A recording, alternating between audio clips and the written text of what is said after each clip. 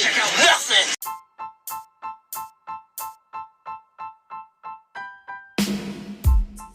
Yes, sir. Yes, sir. Yes, sir. What's cracking, dog? Shit, cool. I sound straight though, right? Yeah, you good. Yes, sir. What's happening, nigga? How was your Easter?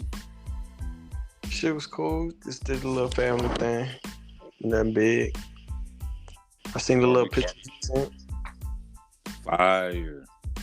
Yeah, she looked like she was enjoying herself. Yeah, man. We have to go to like 3 different malls to get that damn pic. How come? Because it was crazy. You know, when you go on a Saturday to try to do all that last minute picture taking with the bunny rabbit, it's always line. Yeah, it was crazy. Yeah, I'm already on. Yeah, but we got it done. Did she cry? Nah. It's crazy because what I noticed and what people been telling me is kids fuck with the Easter bunny, but they don't fuck with Santa Claus. Huh. And it's crazy, but I feel like, you know, it's they take the Easter bunny as more unharmful than a fucking stranger that they just ran into and shit.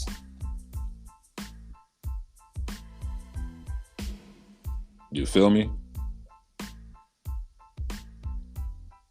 You hurt? Yo. The hell just happened?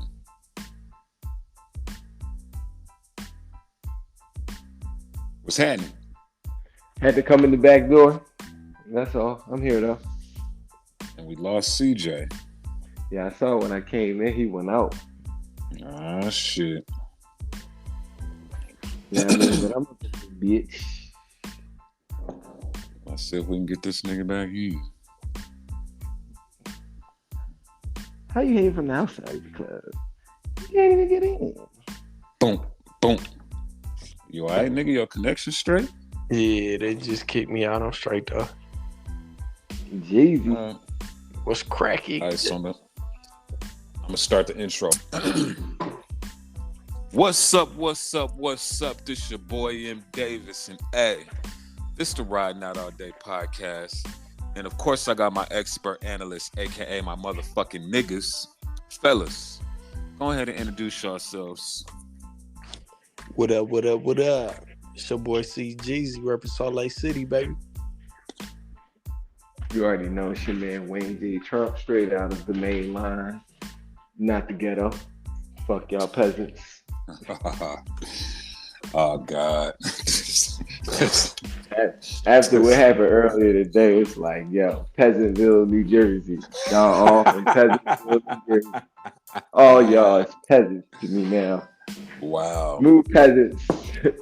It's the peasantry for me, fellas. It's the peasantry for me.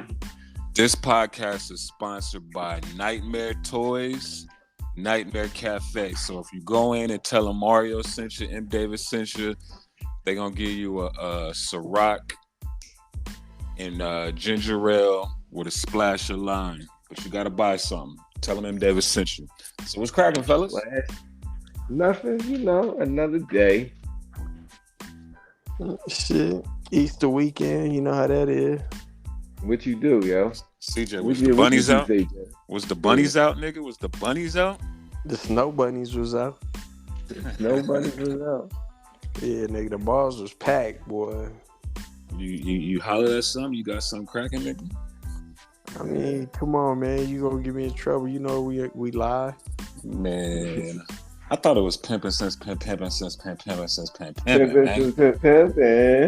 You right. So let's compare numbers. How many you got? I got a girl.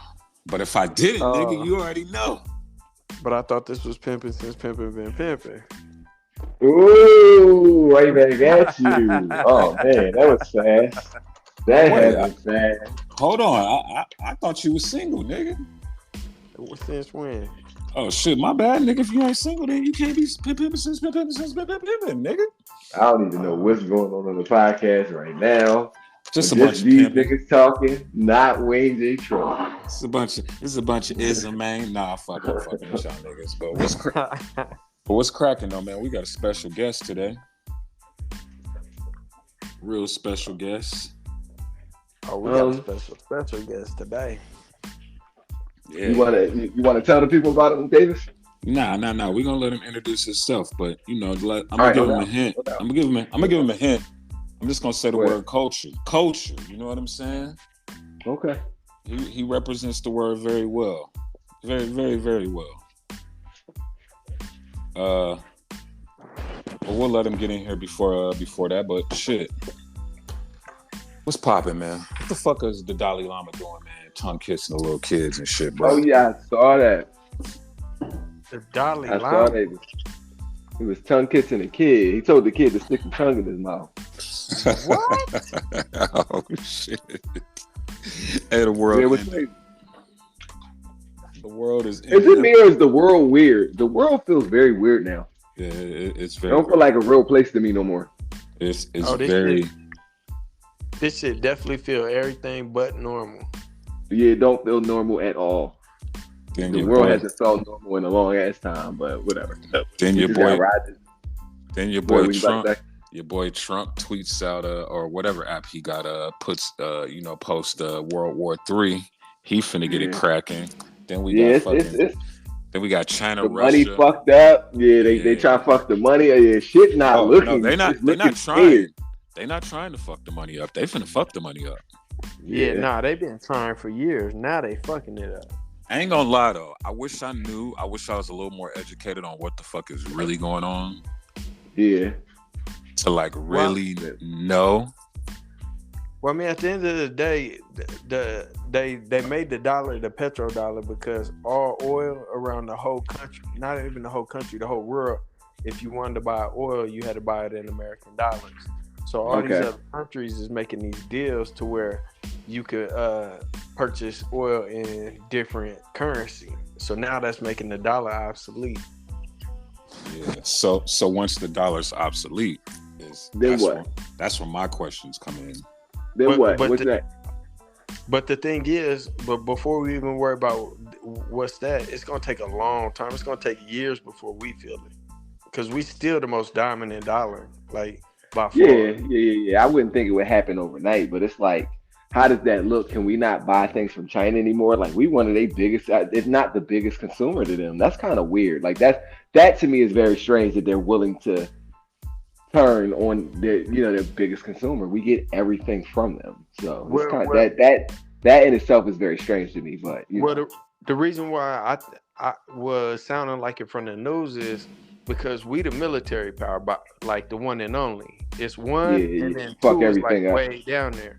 Yeah. So they figure if they team up, like it's like if you got one tough nigga in the room, can't nobody fuck with him. But if 6 niggas walk in that room, they got a chance to fuck that nigga up. Nah, that's very true. They still ain't gonna be able to fuck with him. But anyway, America. The thing about America, I always say, that's why I ride with the home team. These motherfuckers are evil and diabolical. They different. They're a little different.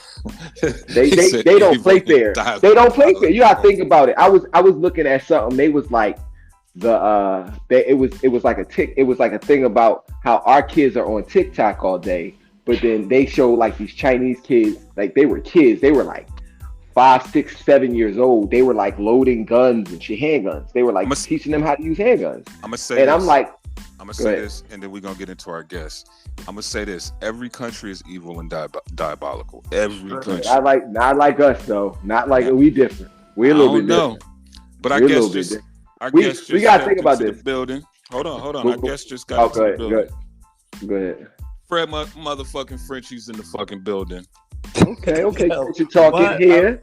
What am I even doing here, man? You fucking with the talking here?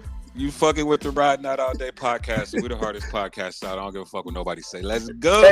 Hey, Frenchy, let me introduce myself. This is Wayne J. Trump. This is who gave the questions to Dame Dash, man. Oh yeah, I appreciate that, man. I appreciate the look. I appreciate everything the opportunity you provided for us, man. Here, Absolutely, bro. Yeah, he got a lot of pussy off them 2 questions. He got a lot of pussy off them 2 questions. That's my problem now, man. Shit. But hey, we got Fred Frenchy in the building, talent agent, CEO to the Mike Tyson Academy, aka the Plug, Hot Boxing Podcast, Private Talk Podcast, Culture Cards. Did I miss anything? Oh man, shit. A lot of things, but that's good. That's good. Well, no. Update us. Let us know. It's been a minute. Hey, wait, CJ, man, you got to do that Hot Boxing Podcast all day. Hey, we definitely need to do that. We definitely got to do that, John. That John sounds crazy. Nigga Mike Tyson and how y'all niggas out there dead. I mean, nigga, but I'm hot boxing down. I can try. Mike is a lovely guy, man. If you willing to go out there and then absolutely smoke with him and all that. Tell Mike whenever he ready. Listen, tell Mike whenever he ready. We out there to come light up with him. You heard it first on the Ride Not All Day podcast. For sure. All right, so Frenchy. Go ahead. That was a perfect intro. I'm just kidding, but yeah, I'm talent agent. My real life activities is I'm organizing world tours for some of the your favorite artists out there overseas, internationally. So I do that for the culture, mainly hip hop and R&B artists, organizing all day overseas international tours. I'm involved in production and touring business. And of course, content producers. You mentioned the podcast. I also have a few docu-series and TV shows in pre-production, a Content Night documentary. The Content Night documentary, something that I'm working with April Walker. Do 2 other projects with Stacey Riley. Yeah, man. I'm just Wait. Hey, Frenchy, let me ask you. Said you doing something with Teddy Riley? Yes, sir. Is he on tour right now, or is he going on tour soon? Yeah. He's on tour with New Edition right now. Okay. Cool. Yeah, he's on tour with New Edition, Keith Sweat, Guy. He's part of Guy, so he's going. Tank is opening for them, but that sounds like a good tour. Yeah, it's an amazing tour. They're selling out everywhere right now. I'm so mad. I'm still in Australia, so I cannot really, be there. But they're selling every city. It's crazy. Okay. Hey, Frenchy, where you originally from? Congo, Africa. I was born in France, but I'm from Congo. I was born. Shout out to the continent. Yeah. Okay.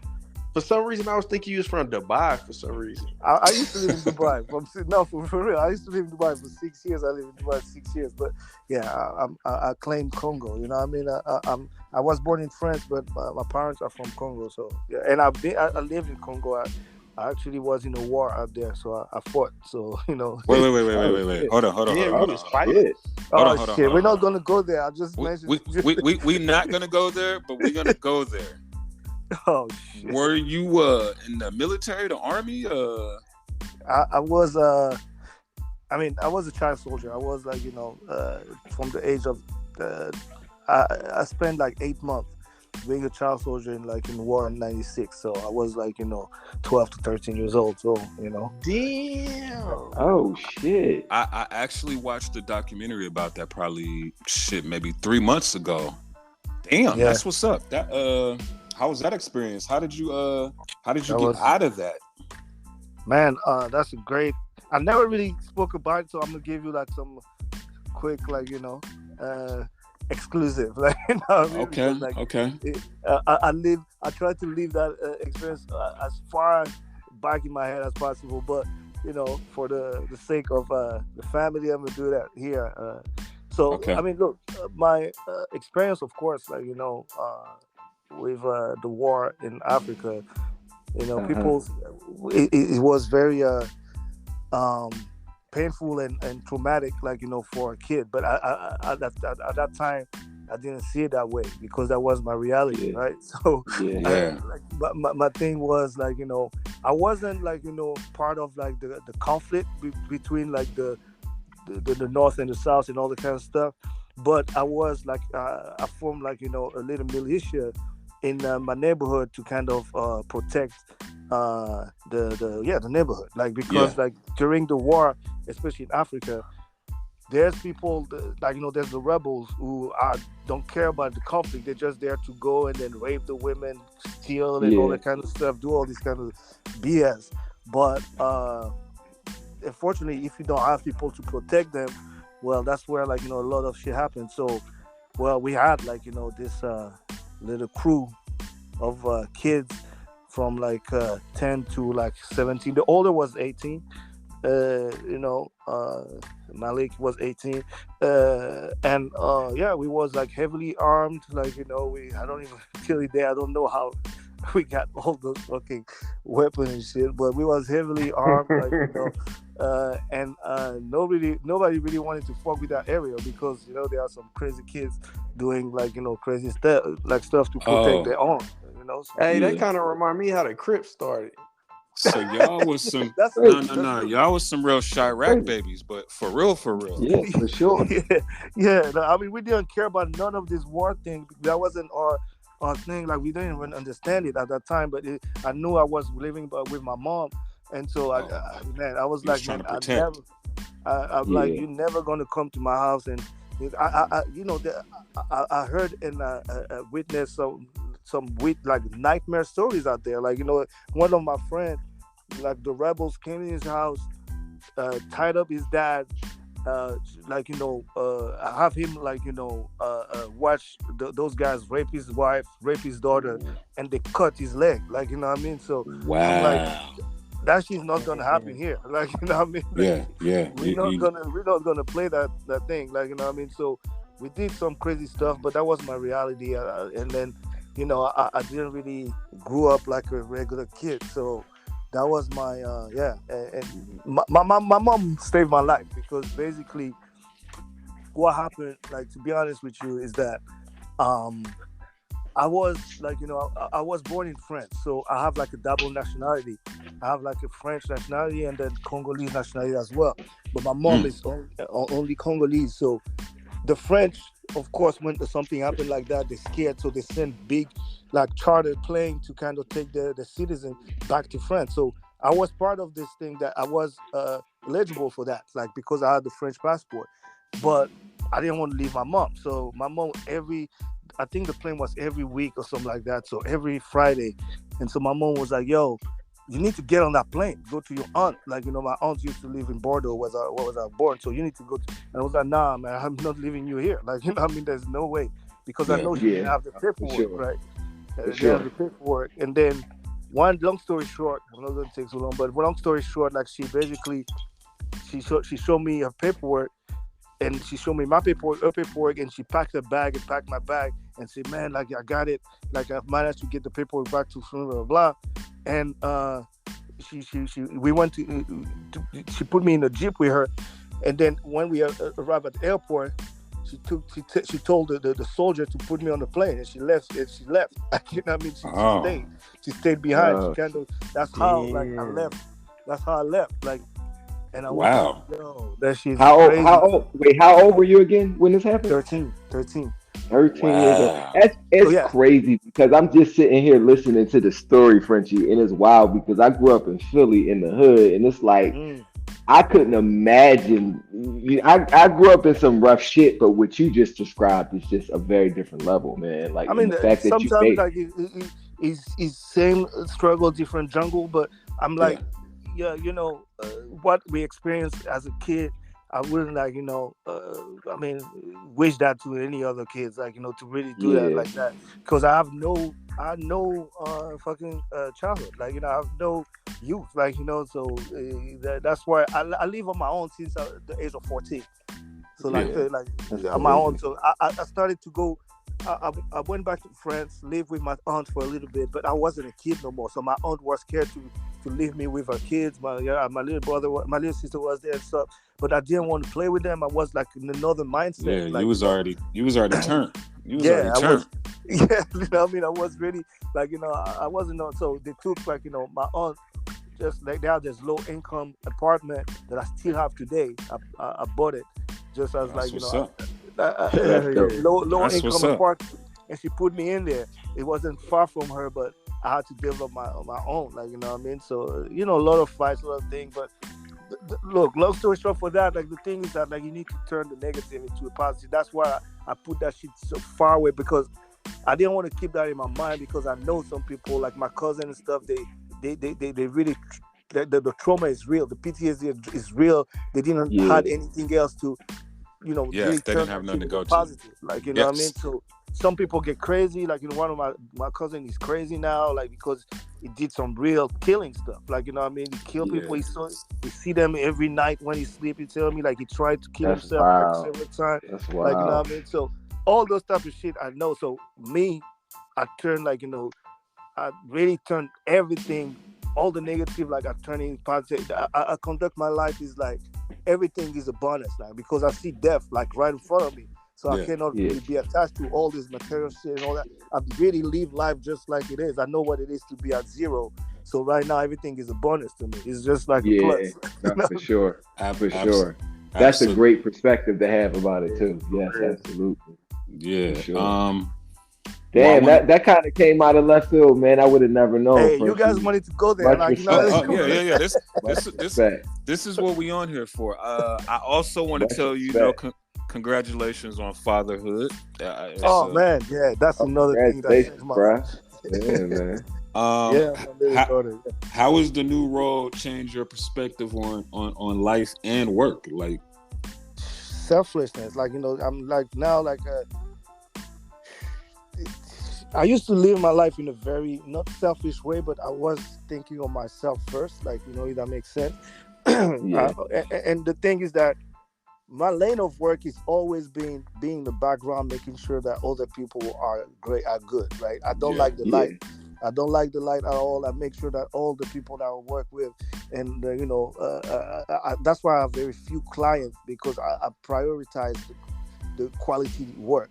So when I'm with someone, I make sure that like it's a long-lasting relationship, right? You know what I mean? And so, but at the same time, myself as an individual outside of my work, I was very selfish because I've lived on myself since I'm 14. So it's always I taught myself how to cook, how to operate, like I do everything myself. So I was like, that was me. Even in my relationship with my significant other and all that. Just the last one being able to change my whole dynamic by giving me a kid, because at the end of the day I could be like, yo, if I used to argue with my girlfriend, right, and I'm like, yeah man, I'm out. I'm out, but I'm not out in a hotel somewhere. I'm out in another continent. Like what I mean?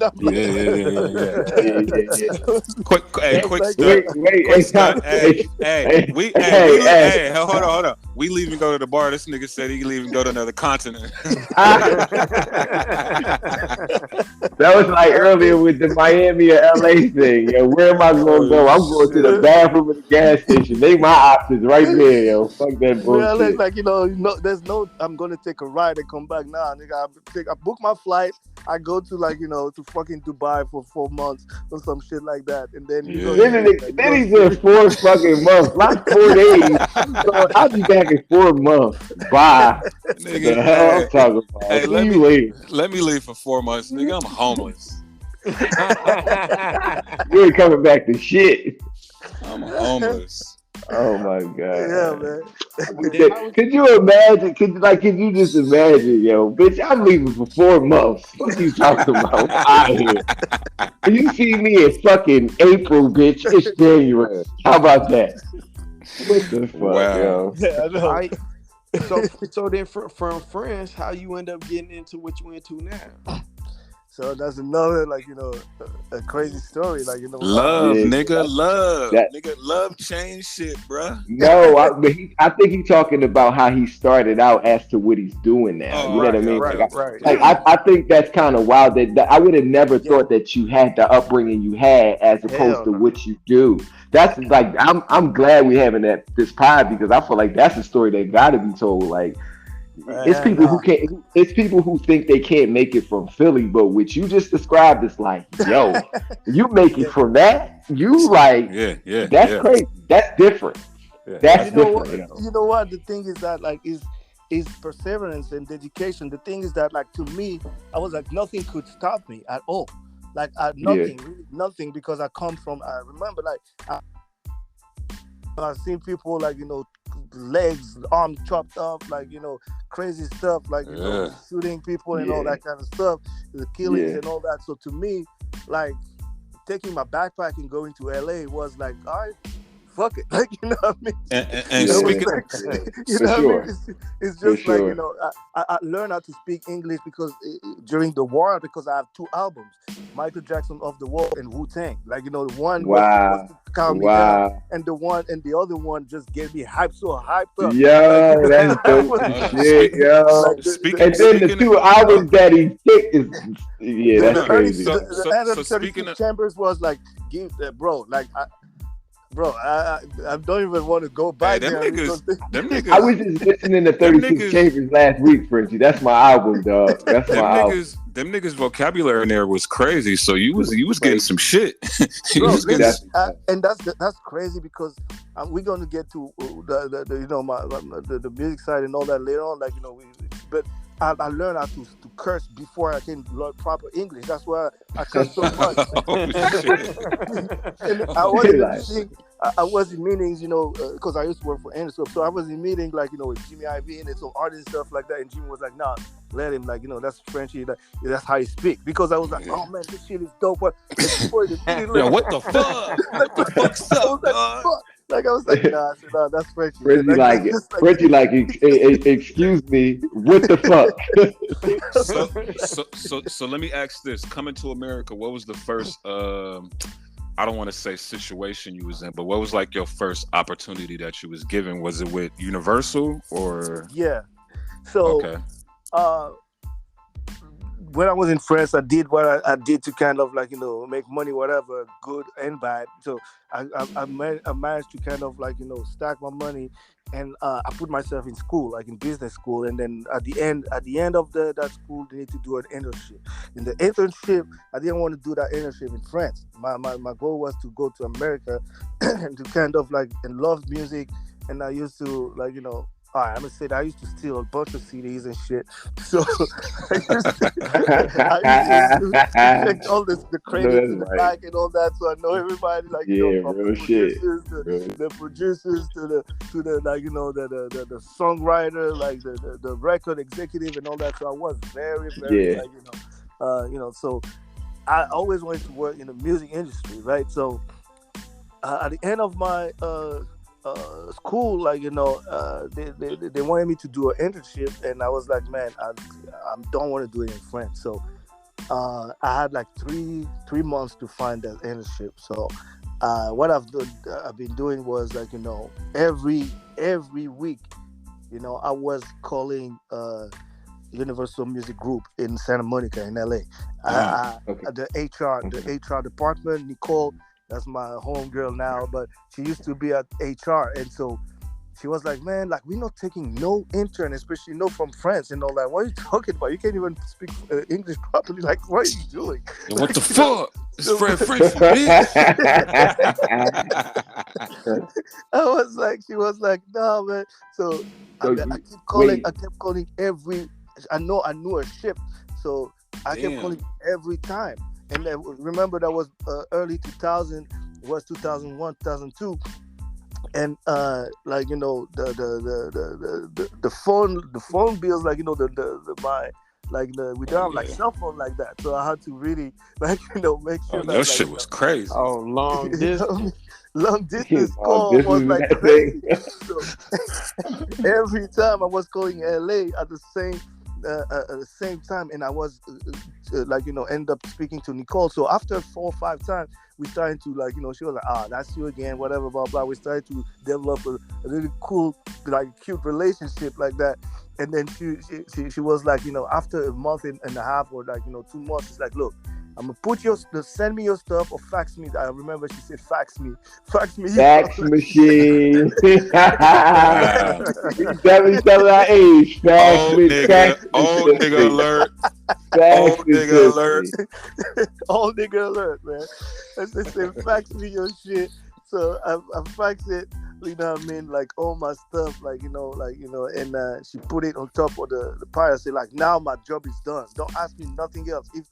If I call you back or you email you back, because I have like a one to do a Yahoo like emails or whatever, some shit like that. Yahoo. Like, yeah, so, we own shit. I still got my Yahoo. Fuck what y'all talking about. Yo, Yahoo is one of the first. Yahoo and AOL, the first. AOL and Yahoo was the shit, man. Like, you know, they was the shit back in the day. Yeah. So and she was like, my job is done. If you don't see an email from me, don't call me back. That means they don't want to, whatever. Wow. So What the fuck? I was like, all right, cool. Long story short, she emailed me back a week later and said, okay, they're willing to do the interview. And I was like, yo, and I called her back. I said, okay, when they flying me out? Like, she started laughing and said, flying you out? Nigga, you just... Nigga, huh? Nigga, you better get here if best you can. Hold on. So, French, let me ask you this. How much money did you have in the bank or available to you at that time when that call came in? So, this. Like, the cool thing that happened was, like, Euro was just starting. Like, Euro started in 2099, 2000 Euro, right? And that when the Euro started, the currency was like double the dollar. So for 100 euro, I have like $200.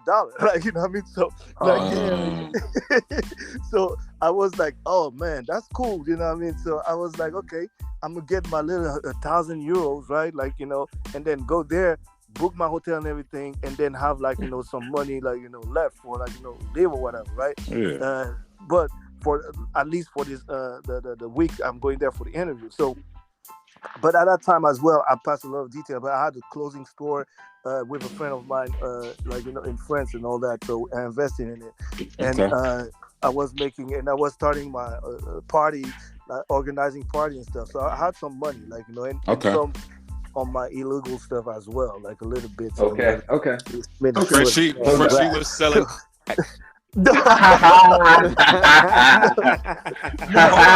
Hold on. Let me ask this. Was crack out there? Was crack a thing? No. Okay. No, crack wasn't out there. Like what they had out there. And the crazy things, I never smoked in my life. I never even weed. I don't smoke at all. So I don't I don't even know what I was. Hey, Frenchy. Hey, Frenchy.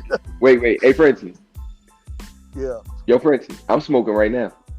Oh, shit. When you smoking, some Reggie. Some Reggie. Don't disrespect me. That's on that kush, baby. Hey, that nigga said don't be smoking crack, nigga. That like, I don't approve that message, man. Like,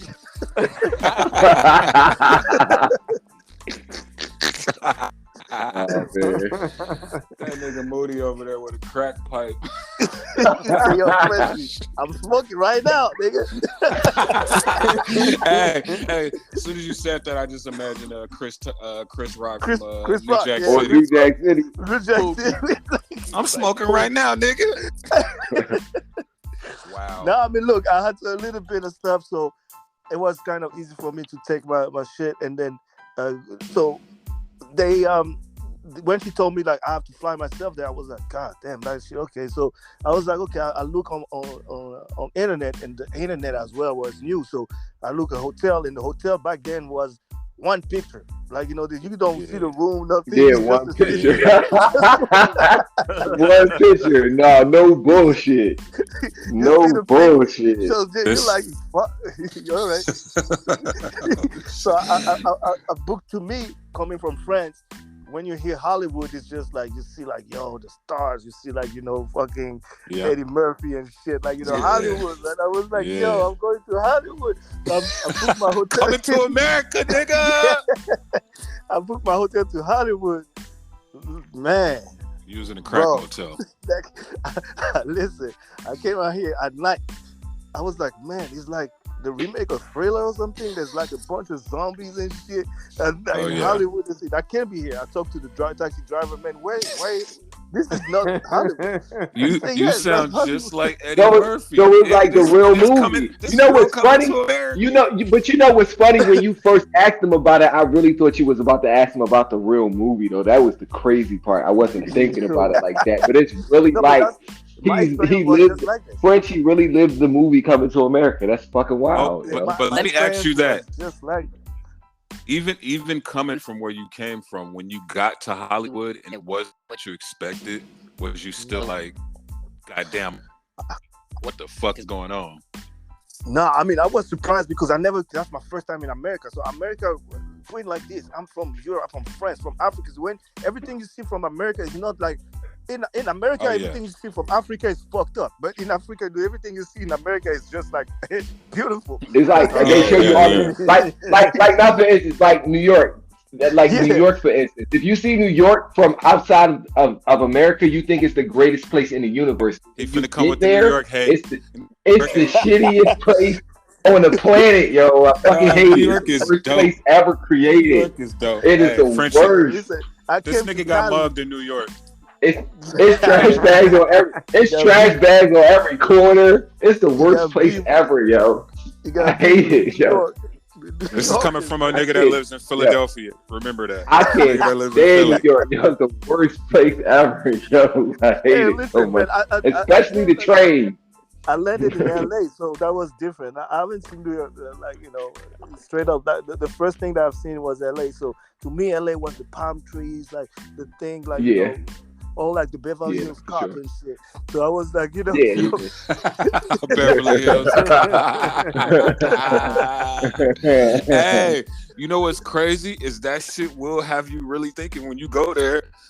Eddie Murphy. It's gonna be like that. Yeah, you ain't about to pull you over. You about to get pulled over by Eddie Murphy. Yo, I swear to God, the hotel that I don't remember the name, but there was Marilyn Monroe, like Marilyn Monroe, like in the front and all that. But remember, this guy, like the hotel was so dirty. I put my clothes in the bed to sleep in my clothes. Like, Hey, and this is coming from a nigga that came from Africa.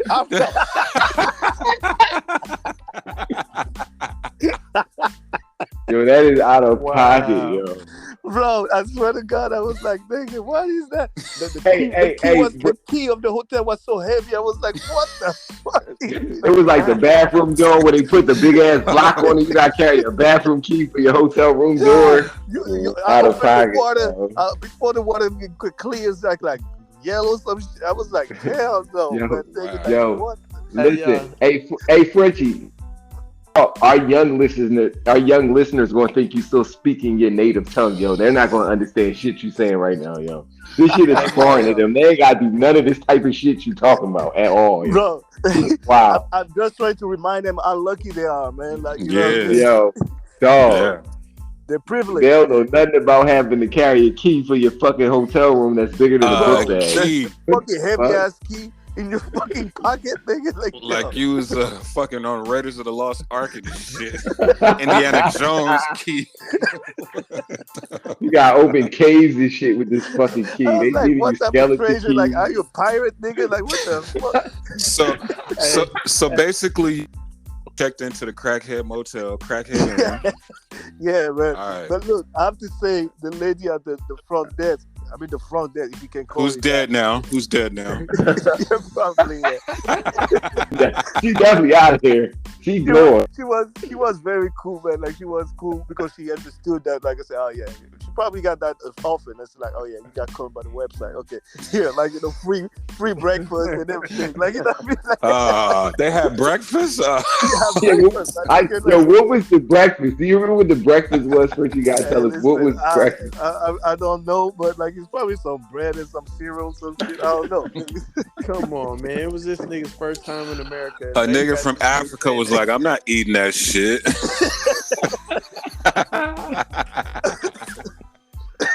Frenchy was like, the peasantry is everywhere. Yeah, man. I was like, what the hell is that? So anyway, so look, I went there. So I came on a Sunday. I had my meeting on a Tuesday, the interview on Tuesday. So on the Sunday I went there. I prepared myself, like I lied on my resume and everything. I put all the my God, Frenchy's my kind of guy, yo. I swear to God, yo. I did all this shit. I was ready, like, I kind of read like the dictionary back and forth. I was like, okay, I'm ready. Like, you know what I mean? Mm-hmm. So I go there on Tuesday. My man, like Kevin Black, he used to be the head of promotion out there, Urban Promo. He's the one who Okay. became a good friend. He's from the Death Row days. Like he used to be Tupac. I know Kevin Black. I know his nephew. Yeah, I know Kevin Black. Yeah, Kev Black, big Kev. I So was in his house in Vegas. yeah, big Kev. So that's him. He went Magana and other women out there. So I'd be like, okay, boom, like bottom shirts and all that, like real square. I came like with my little bag with my resume in it. I didn't know them niggas were like fucking hood niggas. So I'm just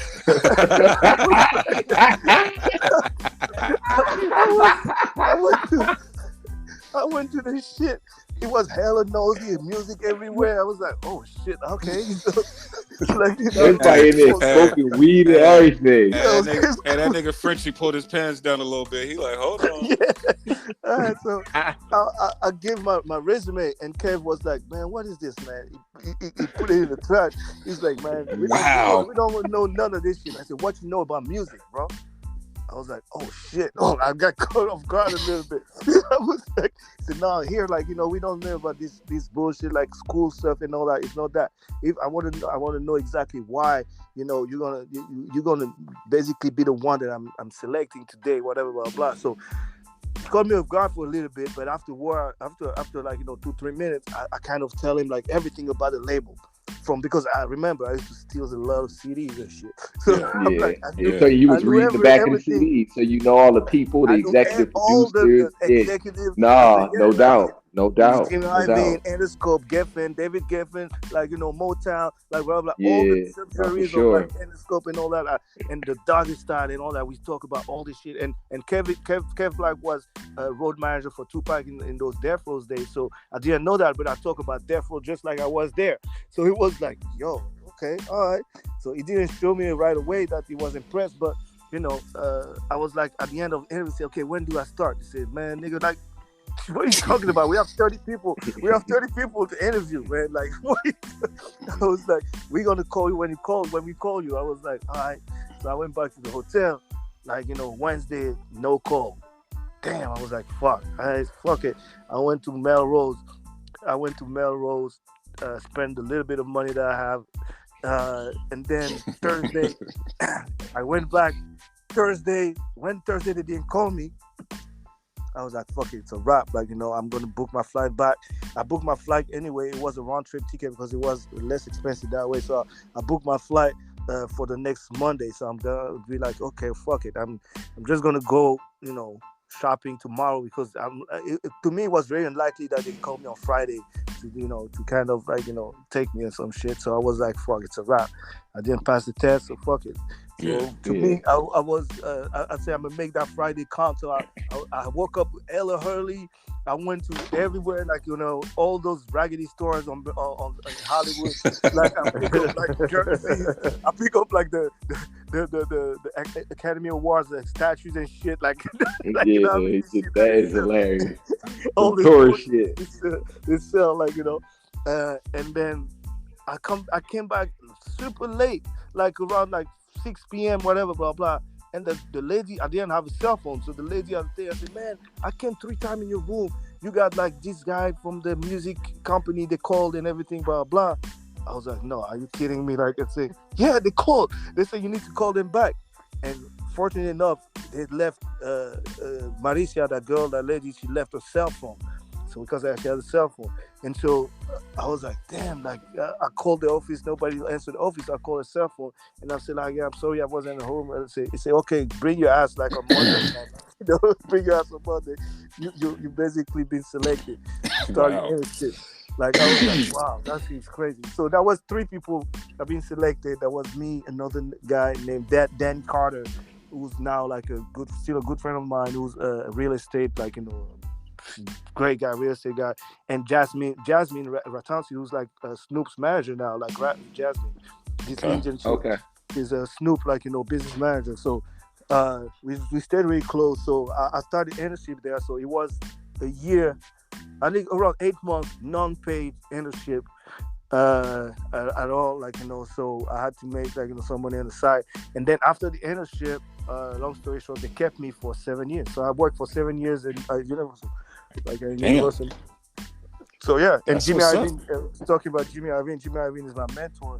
With Don Robinson, they basically done handling the international market, like for Universal. That's him who told me everything about like international market and touring and all that. So Adam Favors, like my brother Benny Blanco, like Step Johnson, like Kevin Black, like all those guys, like Big dogs. Yeah, big dogs. Big dogs. Those big dogs. Hey, quick question. Hathaway, like all those guys. Hey, Fred, quick question. You still talk to Kevin Black today? Man, I spoke to him like probably last year. I know I went to see him when he had his surgery because he he was hella fat, so he did like this. Yeah, he was gaining weight. Yeah, this surgery for things. So when I was in LA, I went to see him. It was like, man, the Frenchman, because that's him who kind of give me the nickname Frenchy, because they're like shit. Yeah, so basically, I went to see him like great guy, like great guy. So I haven't spoken to him like in a year and a half or so. But okay, word. That's what's up. So yeah, that's a good song. So we go through Universal opportunity. Mm-hmm. Do you believe in divine intervention? Like everything happens for a reason? I believe in that, but mostly, I believe in. I have something that I call CPT, right? That's something. It's not Compton, niggas. That's CPT. That I'm telling you what it is. it's color people time. No, it's not color people time. It's choice, priority, and timing, right?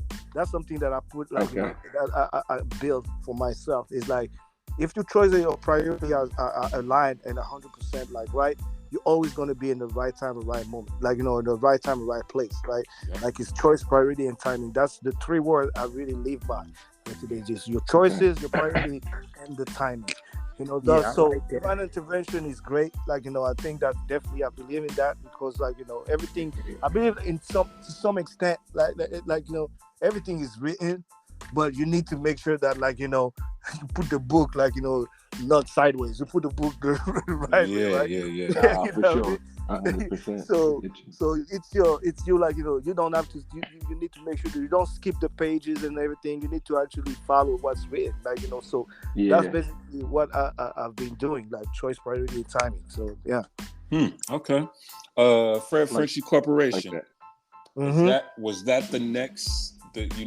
After doing all that with the music industry, when did Frenchy Corporation come into play?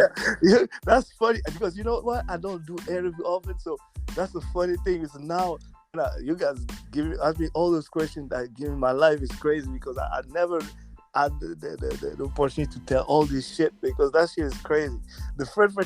Usually the crazy part about it, Frenchy, is when we catch you in your spaces, you're usually interviewing. You know what I mean? Like nobody really knows what you do, so this is like a great opportunity. Everybody asks me like, how you get all those guys? Like, who are you? Like, how you get like bro, like it's relationships, 2 decades of relationships. Like they can't say no. I bring a lot of people, like opportunity. I make a lot of money. You make a lot of money. Yeah.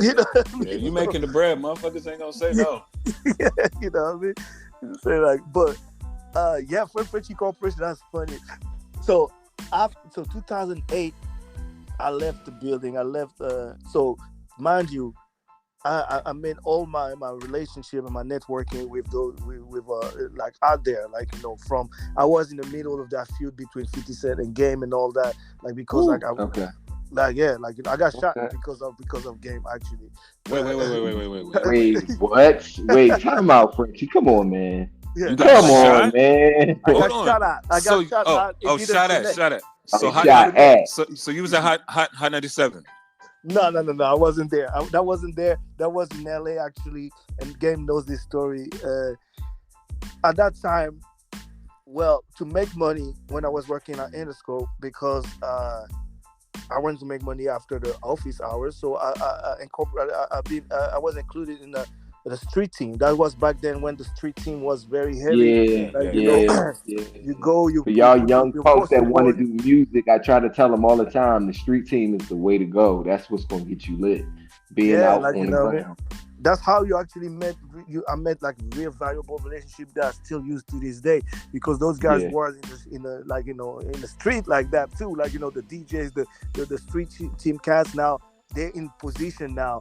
That's crazy because the people that I started with now like they owner of labels. They like this VP A&R president or shit. Like so, I'm like yo, we yeah, all like different. Like so that's crazy. So when I was 15. I used to so it was in LA, mind you, like it was 2006, I think, uh, in the middle of this shoot, like between G-Unit and Game, and we were promoting that 50 Cent had this video game called There's a Storm or some shit, like it Yep. wasn't exactly. yeah. I So remember that. we had this 4x4, Ford Explorer that we wrapped up, like with the 50 Cent, like game, like With it the was a game on it, yeah, Yeah. game on it, right? the decal, yeah, I got Yeah, you. yeah, the PlayStation stuff. So me, I was brand new. I didn't know the area well and all that kind of shit. And my fucking crew of street team, those cowards, they were like, man, Oh, we need, shit. we need, Shots we need, fired. we need the. They're still good friend. I'm not gonna say their name, but they know who they are. But like them motherfucker, they were like, yo, we the label asked us to cover the area, but it's a little hot, like it's like it's little hot. It's a lot of blood in that motherfucker. We in a fucking truck rapping 50 Cent in that game area, basically, right? Yeah. Ooh. You know what I mean? So they didn't tell me that, and they was like, yo, Frenchy, like that's something real quick. You can put put the poster boards in this area, and then we're waiting for you in the car. I was like, what? Trying to kill you. What nigga you waiting for me in the car? Right. Niggas like I was like, no man, like we do it like real quick, like what I mean. There's a lot of hella traffic out there and everything, so you do it.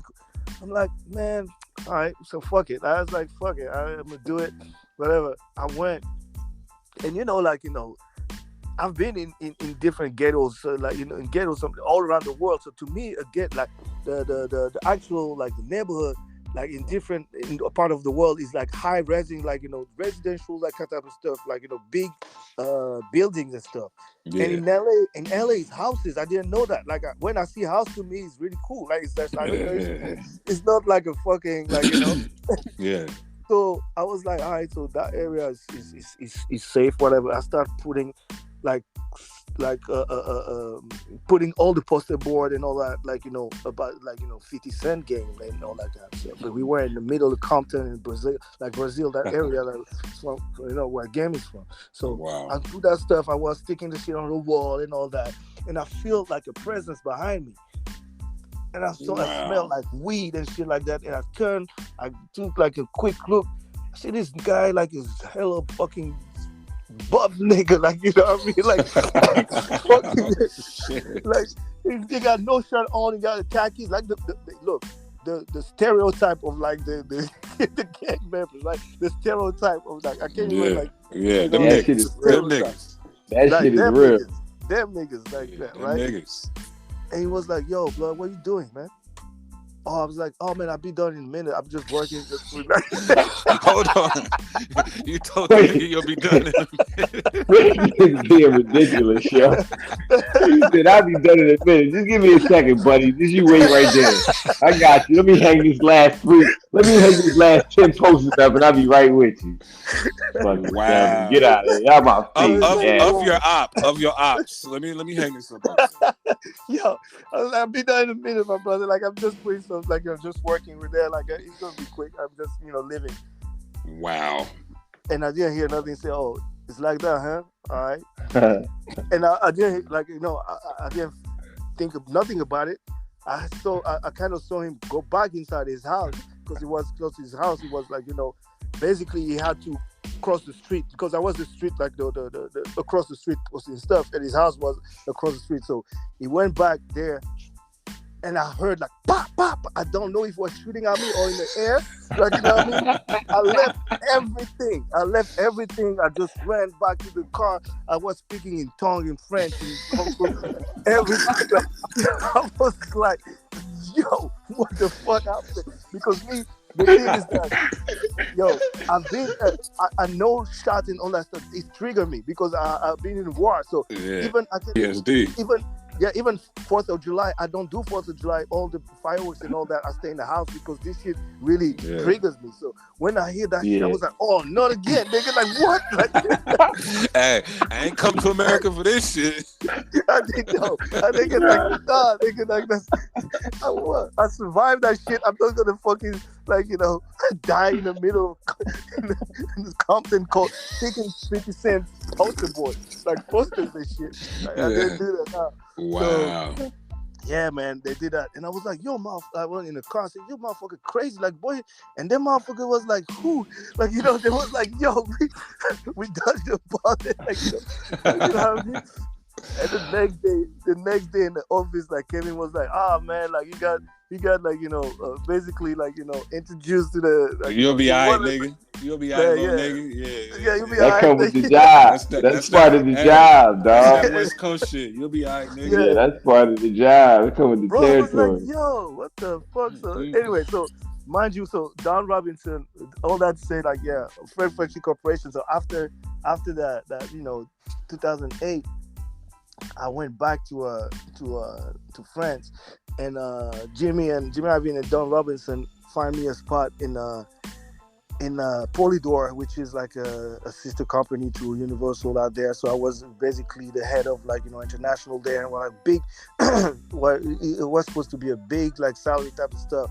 But I went there, and the way they approached music and the whole thing there was way different. I come from the source, right? The source is America, like the way we actually worked in American office and all that, and the way those motherfucking friends was working was too different. I tried to explain them how to do it and all that, and I had people above me that didn't really understand that culture shit, and I was in a state of mind that like, fuck it, I'm not gonna take no fucking order from you. You don't know your shit, right? Yeah. So I did one week out there, and I called the office in America. I said, man, I can't do this. I don't care about the money. It's not about the money. I'm gonna kill somebody here. Like, you know what I mean?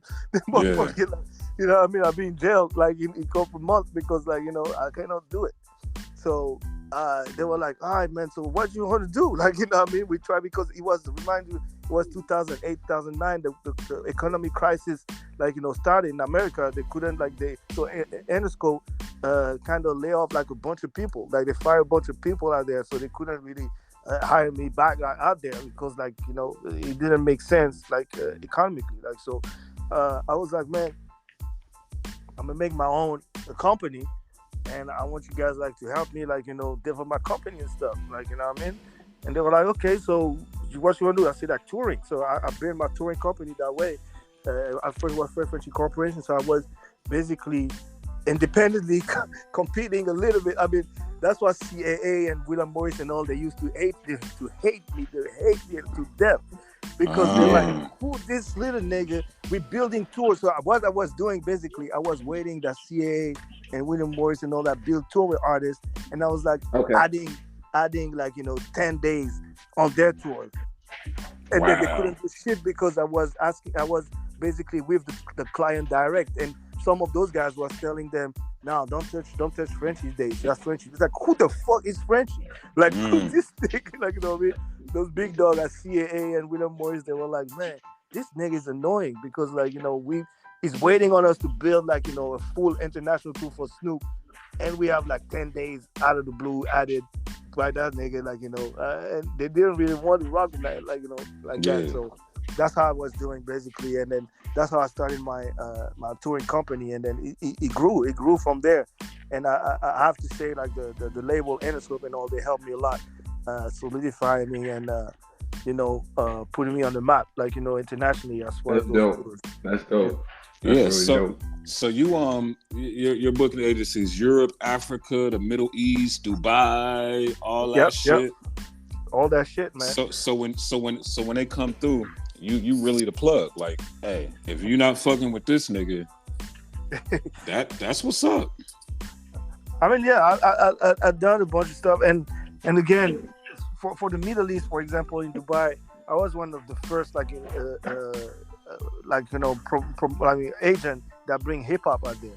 like 2010, 2009, 2010. I was about to say, yeah, what's the time frame? So yeah, 2010. Nobody was really talking about Dubai back then at all. No, so, nobody. Frenchy definitely. Yeah. Like, look, just yourself. Back in the day, did you hear about Dubai in 2010? Never. No. Never. No. And not for nothing. And not for nothing, Frenchy. Me and MDAVIS was outside in 2010 and never a peep about Dubai. I've been to Egypt, all that shit. Never a peep about Dubai once. Yeah. So, and so that's you definitely was ahead of the curve with that. Yeah, that's the time when, like, I found about Dubai, and I find how the way I find it is like another crazy story. But I found about Dubai, and then I started, like, booking a bunch of shows. It's just like you find, like, this big treasure, like, because this motherfuckers, they had a lot of money and they wanted to promote their city, like, you know what I mean? What was your first booking in Dubai? So that first booking in Dubai, so that's funny. Another thing, so I made a lot of money touring, right? And I was like, I had a lot of money. So what I did the most stupid shit that, like, a man in the 20s can do is, like, invest in some bullshit.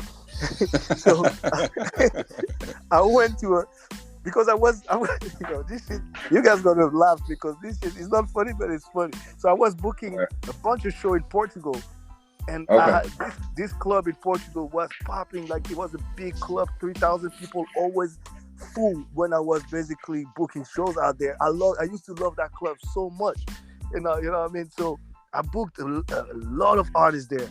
So one day, the promoter out there, who became a friend, he was like, yo, like the owner that's selling that club, right? I was like, what? Oh, shit. Yeah, they're selling that club, man. Like, and then if like a fucking buyer and everything, I know your contact, and say, and who was the buyer? I said, me. Like, I was like, shit. All right. Oh, shit. Hey, Moody, do you hear this, nigga? I hear it. Do you hear this? This nigga listen, Frenchy has had me all night. I ain't been doing a lot of talking. I've been listening like a motherfucker. Okay, so you bought the club. I bought a club, man. 3,000 capacity club. Time out. Wait, time out. Is the Riding Out All Day podcast really just... Like, the energy around the Gold Room lately just been real big money. That's all I'm going to say. Like, we got heiresses and niggas is just buying. Our people is just... niggas buying clubs. Yeah, I mean, we just different over here. Y'all interviewing rappers and shit. We interviewing the bosses. We fuck with the bosses over here. I'm just going to say that. All right, so we're going to set it up. You bought the club. And then what? Bro, I bought the club. Them motherfuckers, they were selling that club for 1.2 euros, 1.2 million euros, right? But look, me, I told them, look, I don't have all that in cash. So I had a friend of mine. He was like, yo, I want to be in there. I said, you have money? He said, not right now, but like I want. Wow. We all been there. It's good. We all been there. It's good to know that niggas is niggas everywhere around the world. Yeah. We all been there. All of it. He was like, not right now. I said, all right, man, listen, I'm gonna fund that shit. I say, like, listen, we're gonna give them, like, 600,000 cash. I want you. I was like, wow. 50. I want you 300K by Monday, nigga. Like, was this nigga Nigerian? Was this a Nigerian nigga? No, it was from Cape Verde. Like, Cape Verde. Okay. Yeah, Cape Verde, no doubt. Yeah, it was a Cape Verde motherfucker. So he didn't. Of course, he didn't bring the money, but I used him to kind of, like, set up the team and all that. So I put 600,000, and we did installment for the rest, right? So I bring up 600,000, 600 euros. Back then, it's probably $1 million today. Hey, Moody, we've been getting stunted on the last podcast. We have. The last two, we've been in Pleasantville, New Jersey on these last. I mean, listen. It is what it is. I love it. It's motivation. I'm loving this. Let's go. Yeah, man. When you hear the rest, you're gonna be like, that's not that motivating.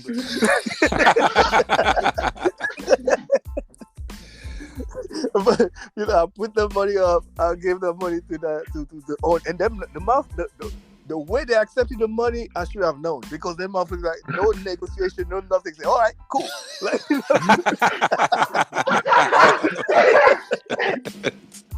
oh shit! They were like, all right, man, like you're 600. You don't have a million, I have 600. All right, cool. Give it to me. All right. Like, wow. This was some real old school drug deal shit back in the day, yo. You got the cash, nigga? Yeah, I got it. All right, cool. See you later. Right, so, I'm out of here. So, like, we do installment for the rest and all that. So I went there. But first of all, them motherfuckers, they wanted to give me the club, but I miscalculated because I thought they would leave all the audio system and all that. Wait, they took everything with them when they left? They took all the equipment? They emptied that bitch out. You just had walls. They just left walls in the floor and the ceiling, huh? Yeah, nothing in that bitch. They took the fridge, everything. They took everything. Oh, shit. They took the toilets out the bathroom. They took the lights, the equipment, everything. Hey, they took the pictures off the walls. That nigga Frenchy was standing in front of them in the middle of that bitch like Will Smith on the last episode. Yo, I was like, bro, hold on. I was like, I was there last week. What the fuck is this? They fucking took the whole club and put a fucking shell. They took the whole club and put the shell down. They took the club and moved it somewhere else. I had to spend $250,000 on just putting all this shit back there. Like, the light, the fucking sound system and all that kind of shit. So basically, you got $1 million club, so 600,000, and we're all done spending $1 million any goddamn way. Goddamn, so it's just getting so lit on this joint, yo. That's what I'm talking about. My nigga Frenchy just spent a M like it wasn't. Go ahead, fuck it.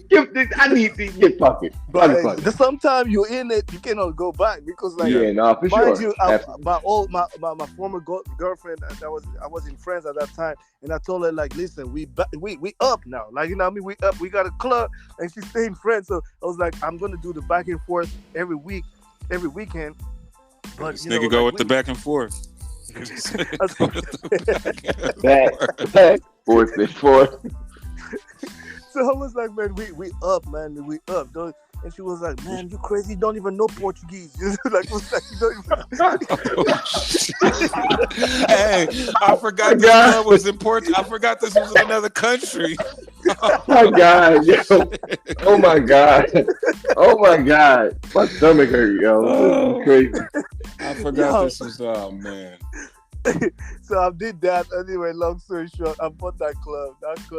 Listen, that was in 2009, in the middle of, like, the economic crisis, the world in the economic crisis.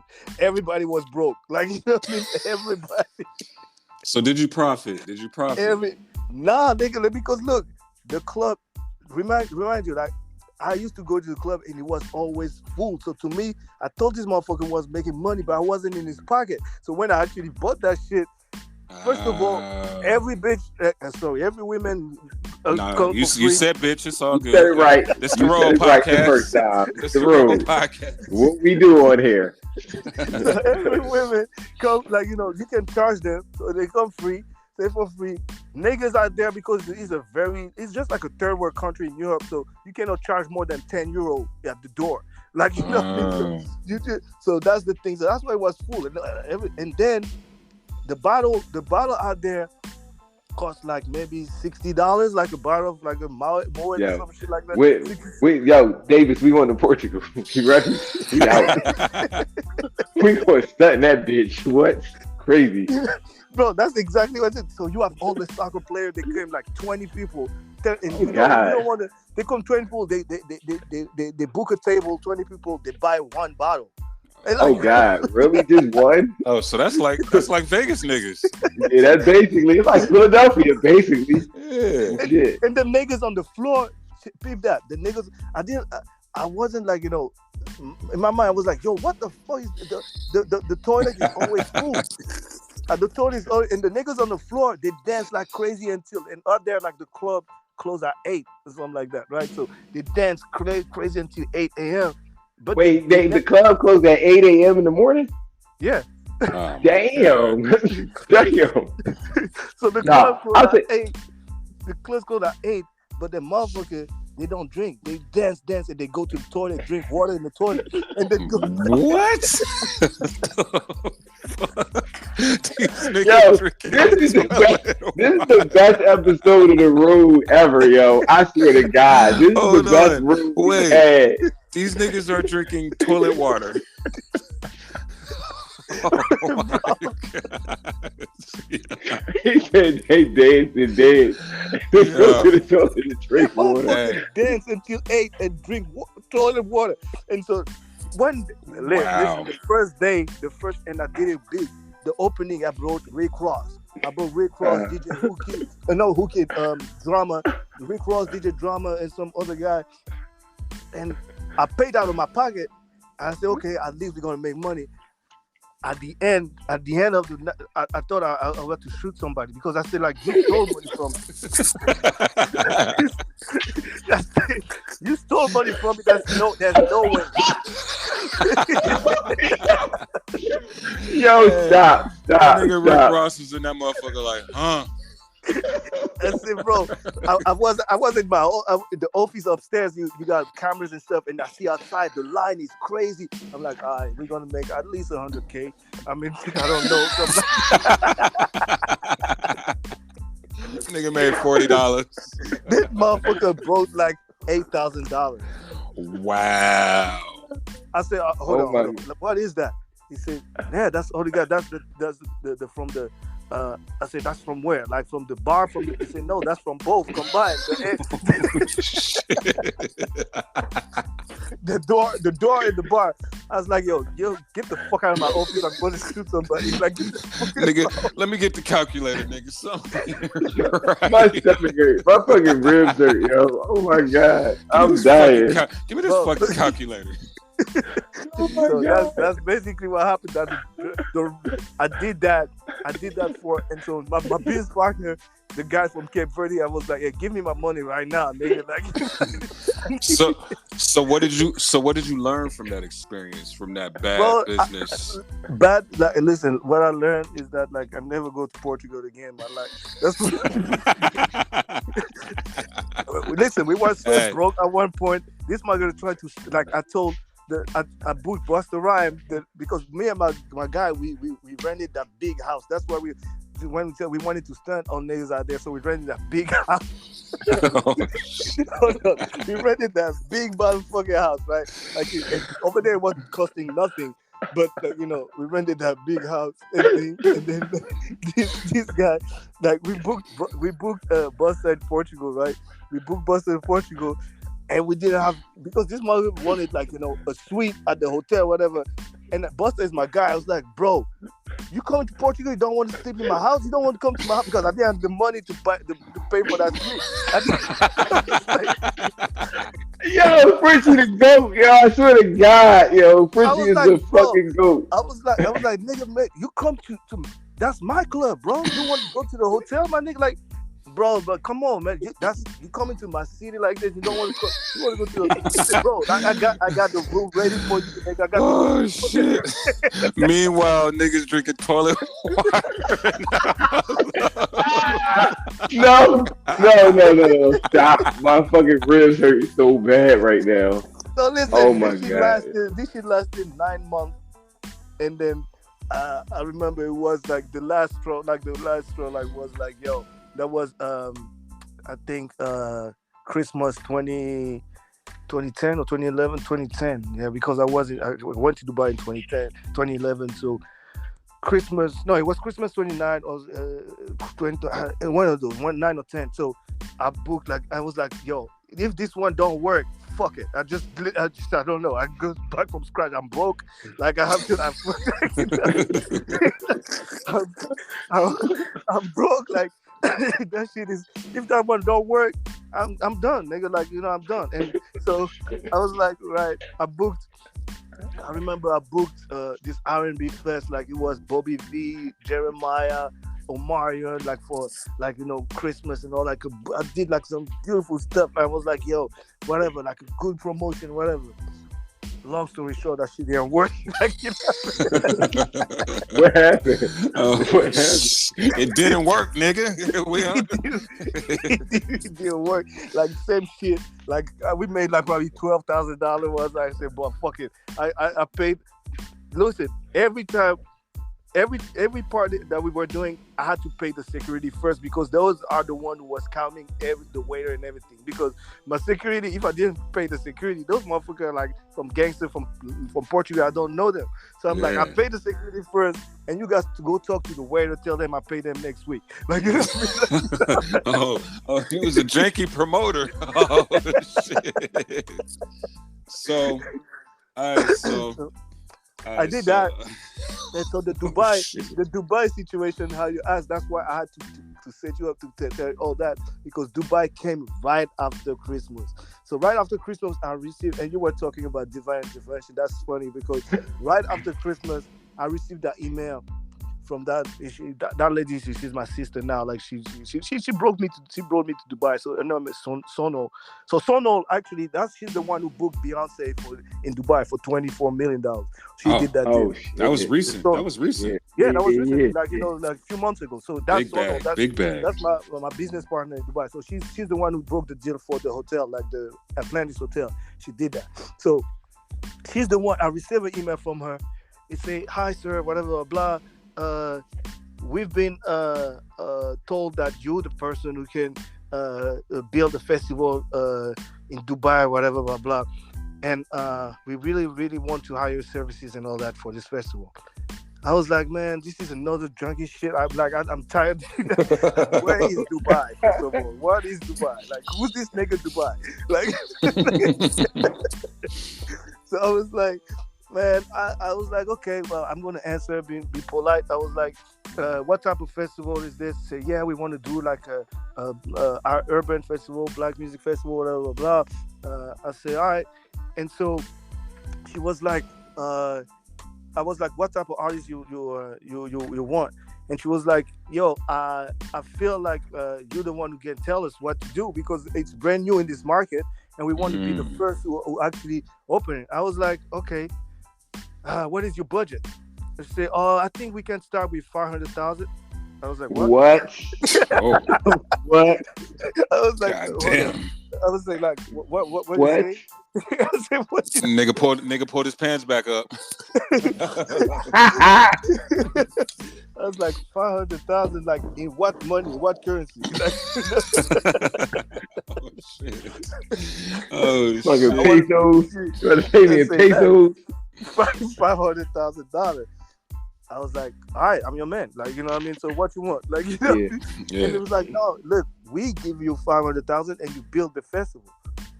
I was like, wow, that's even better. Like, I can bring, because I had relationship. Like, I know them motherfuckers don't know I can get Busta for a price. I can get Neil for a price. I can get from whatever I want. So then there was like, we give you that. And then plus you just let us know your booking fee, the commission and all that. I said, and I have a commission. Oh my God. Wow. I was like, man, I told my guy, I said, keep your club, man. I'm out. He said, where are you going? I'm going to Dubai, nigga. I'm out. Bye, nigga. I'm going to Dubai, nigga. Bye, nigga. Bye. That's how I went to Dubai and I did the festival. I remember I booked, that was the beginning of Jason Derulo and all. So I booked Jason Derulo, I booked T-Pain, Bow Wow. And then, look, the festival cost me, the booking cost me 160 or 170,000. And I kept the rest of the money because they gave it to me. So, Wow. So I kept the rest of the money and they were so happy. They were satisfied about it. And so, ever since, she's the one who kind of like, helped me develop my brand in Dubai. So when I did that festival, it was so successful. Now they wanted to know who's the booking agent who did that. So I started to work with everybody out there, like, that way. Like, I booked Mariah, then J-Lo, Lady Gaga, like, all those people in that. Wait. You just named two chicks that wait, Davis. Hey, Frenchy, repeat that shit again. Run that shit back. You booked who? Say the names one more time. was J-Lo, Mariah, Lady Gaga, and all that. The Hey. Come on, man. Come on. But they interviewing rappers and shit, Davis, and copying our shit, talking about Marilyn Monroe get banged in the casket. Hold on. Get Frenchy them niggas out my face, yo. Frenchy does not know that these big dogs is They biting. biting They don't know hard. yet. He don't know yet. We gonna get into They the ignorance in the later. story. Hold on. All right, Oh I'm yeah, gonna calm down. you guys you need to let me know.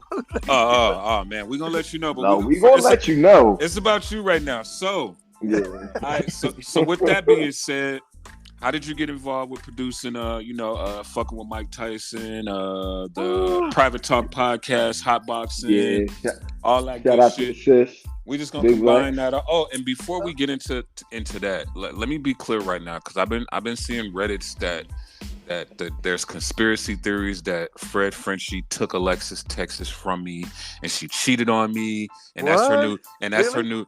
But man, it gets crazy, and that's her new boyfriend. Really read the blog, so I don't know. Hey, Alexis Texas is our sister. That's the family. That's the fam. It's the family. Conglomerate to help this. Yeah, it's the family. Like, they don't understand that. They want some creepy shit so bad. Like they can't. They don't get how real niggas is fucking with her. Like that's it. That's all it is. Yeah, that's the family. Bro, somebody sent me that link. I'm like, wow, somebody really.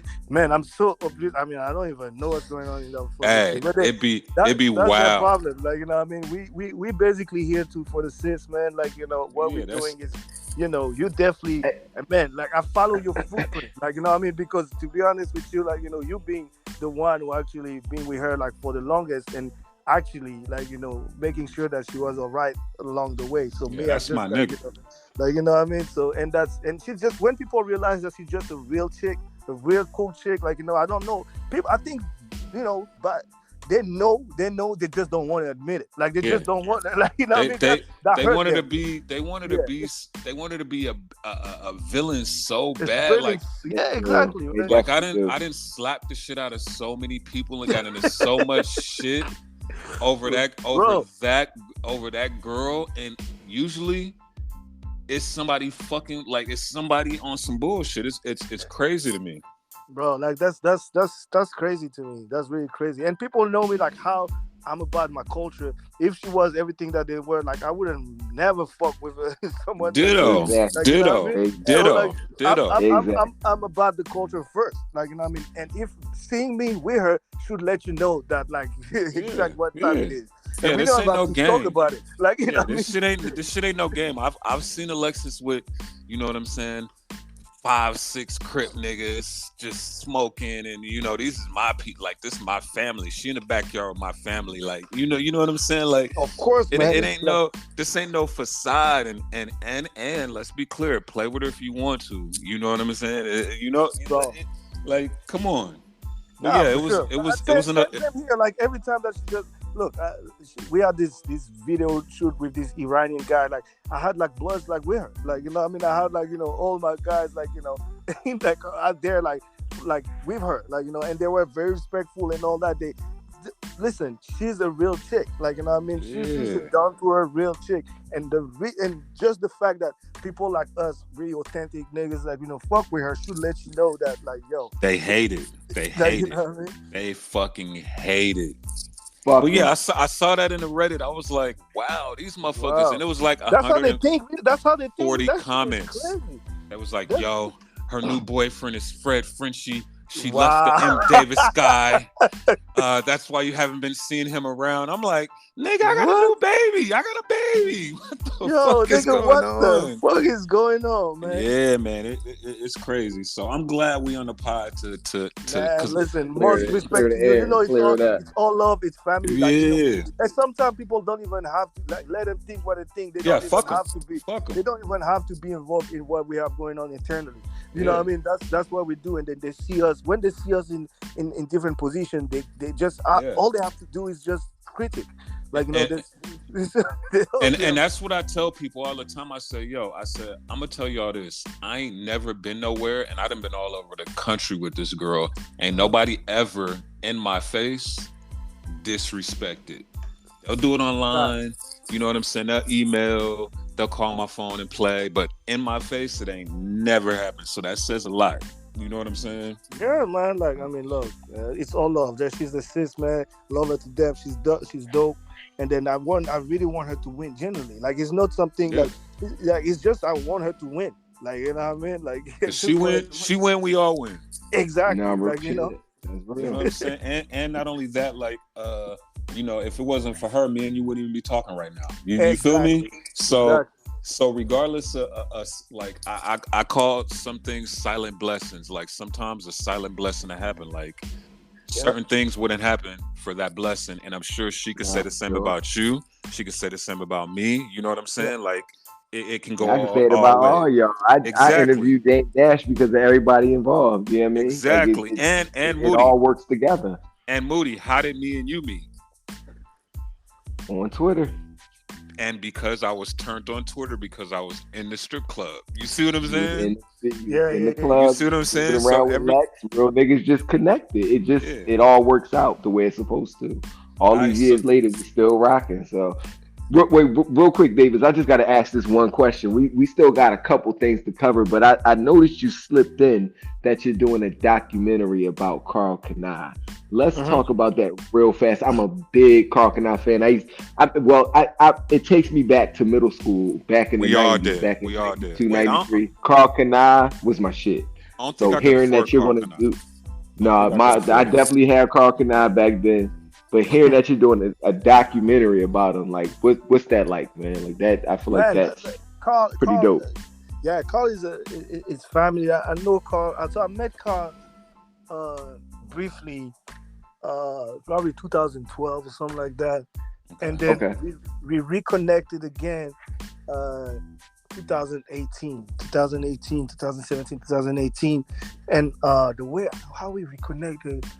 Wow, I don't remember. Like that shit was so crazy. I don't remember, but we reconnected, and he was telling me like about what his new direction, like of the brand, and he told me that he got like Tiana Taylor and all that, and Chris wanted the Migos, and he wanted to take like a new direction about the brand, and like he wanted to get back in the like being like the pioneer that he is, because he's the pioneer, he's the godfather of streetwear. No, for sure, absolutely, absolutely. So I was like, man, I'm with that, man. Like, Karl is dope. And what happened was that, like, we spoke about different ways to collaborate. At first, it wasn't really about working. It was just really about, like, connecting with each other. Like, I was seeing him, like, in Analyst. Sometimes it was coming to mind. I was going to his condo and whatever, talking about a bunch of different stuff. And I was like, man, maybe like your story needs to be told. Like I brought him to Mike podcast. We did that hot boxing with Karl, and actually Karl was the first guest on the Private Talk. He's the one I asked him first. Like I was like, yo, bro, like I need, like I'm developing that chick, like Alexis Texas. It was like the porn chick. See, shit, nigga, because I beat off to her before. What you mean? It was like, yeah, no. I was like, shit, man, anything for you, man. Frenchy, like we not going to talk about porn, aren't we? I said, no, man. Like you're gonna see, she's so dope. Yeah. She's really smart and everything. You're gonna see the things is different, and he really enjoyed it, and he thanked me for it and all that. So he brought her like a head of clothes and stuff. So yeah. So anyway, so Karl. I told him, listen, your story needs to be told like in a way where you control the narrative. I don't want to see another shit where like people just try to tell the story and you're not involved and all that. I want to hear from you, like people want to hear from you, how you started, how you really, like exactly, So Karl is very old school with it, like what I mean. He's really old school. He takes his time and all that. So I was like, yeah. It was like, yeah, I want to tell you the story. I said, yeah, but like I said, no, I want to tell you the story. We need to be on the phone every week. I need to tell you everything about my story. Okay. All right, man. Like when you want to do it this way, like this way. So we were. When I was in Australia, so we were on the phone a lot. We were on the phone a lot. Basically, he was telling me about how he started, like all the kind of stuff. And I felt it was so dope. He said, man, hold up, man. You need to do that like in the documentary. Like, fuck the book right now. You're gonna write the book and all that, but we need to see the visual because Kalkanai is all about the visual. Yeah. It's about like the thing, like when you see Tupac with a Kalkanai, like all that. We see Biggie. People don't know. Like, I think they know, but they don't really like compute that much. That like how impactful that man was for the culture. Yeah. Oh no, I know. Big dude. I know. Big dog. Not I only know. I am a huge but the fan. Culture. I am Absolutely. a huge fan of that. Absolutely. So and I saw that, and then he said, okay, and they give me like a green light to develop the thing. So right now we in the writing process, and Carl he likes to take his time, so I don't stress him about it too much. But we're in the writing process, like finding a director and all that kind of stuff. I'm very close to Benny Boom, but I want Benny Boom to do it. Yeah, so, Benny Boom shot Cassidy. I'm a hustler back in the day. Shout out Benny from Philly. So so Philly, that's your Philly guy right here. Like, for sure. Hey, and in then the building. So basically that's basically what we're gonna do with Carl. Like, really tell a story in like following his perspective, like following his point of view, like his POV. So it's gonna be like a documentary similar to like the five mics of man, like the Wu-Tang one, not the scripted one, but the docu, like the real the real documentary. Like in 4 or 5 parts, because I really want people to understand, like and I want and for the book we're gonna do a book where it's a business book at the same time. Every chapter at the end gonna give you like a business type of some game, like stuff game. like that. Okay. Yeah, some game, exactly. Yeah. Okay. Mike Tyson. Yeah. I'm not even gonna say nothing. Mike Tyson. Just Mike Tyson. Oh, Mike, shit. Mike is another funny story, bro. Like how, and I think he's the only one who put me on camera. Actually, do an interview with him on camera. He forced me to do that. But we were talking about it, and the way I met Mike. All right, so Jimmy Henchman introduced me to Mike. Okay. Wait. Another big dog. Another big dog. Time out. Jimmy Henchman. Yeah. Introduced you to Mike. Yes. Because mind you, Jimmy used to manage game. Yeah, I remember that. Game and me, like so just to backtrack a little bit, during the feud between I told you I was working for Interscope at that time, but after a while, during the feud, like between Game and 50, Jimmy Iovine tried to kill Game's career. I mean, everybody knows they tried to kill Game's career and put him on Geffen. Yeah. They shelved him. They removed him from Interscope because he was fighting against Dr. Dre, Eminem, and Jimmy Iovine. Right? And that's the money. And that's the money right there. You can't fight against the money. That ain't gonna work. And he was winning. That's the crazy thing. Like he destroyed the G Unit. Like I'm sorry for New York, but Game single-handedly destroyed the G. That's him who started like the destruction of the G Unit, like nobody else. He did that like the 200 bars, the 300 bars, the 300 bars. He destroyed all them motherfuckers. Like so that's basically what happened. And then Jimmy was like, hell no, like 50 is my money. You're not gonna do that. So they remove him from Interscope, shelved him, put it on Geffen, and cut all the marketing, promotion money, nothing. So the Doctor's Advocate, the album was made with, I'm proud to say that, with the tour money that I made for Game. Hey. That's my money. And the crazy thing is that's one of my favorite albums. Yeah, from the Game. Out. Frenchy. Yeah. You executive produced that album? I'm not in the credit. He executive produced that money, nigga. Wow. Come on. I'm not in the credit, but Game will tell you that he made a post about it like when he shouted me out, like few years ago, like about that. But that's why like my relationship with Game is different, because I saved him because some ways, because the people, Jimmy was so mad at him about One Blood because he didn't realize that Game could have another hit without him. Yeah. Because when One Blood hit, One Blood was big. Wow. That was big. Nigga did it again without us. Like One Blood was so how did Jimmy Iovine take you fucking with Game when you know what I'm saying. If that Yeah, in the it's early still you my said that was mentor. your mentor, yeah. Yeah, it's still there. Jimmy's still my mentor. The thing is that, like, and I had, like, like 50, and then, like, they understand business, right? Yeah. The entourage hated me. Like 50 entourage hated me, but at the same time, people don't know. They hated me, but I was still booking 50 banks, Wookid. I was still putting money in their pocket. But their entourage, the stupid niggas, like, they hated me because they've seen me with Game a lot, and they've seen me, putting a lot of money in Game's pocket.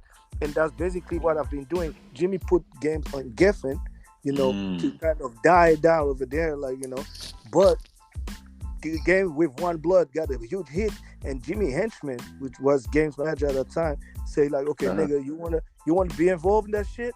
I was like, yeah, man. Like, he said, well, we need money, we need to tour. I know you got a connection, everything, whatever, blah blah. If you manage to organize those tours, and then, like, for Chuck, like, for Game out there, well, like, we fuck with you. So first tour ever that Game did, like, solo in Europe, I did it, and ever since I did all tours, all Games tour, every time that Games is outside America, that's my tour.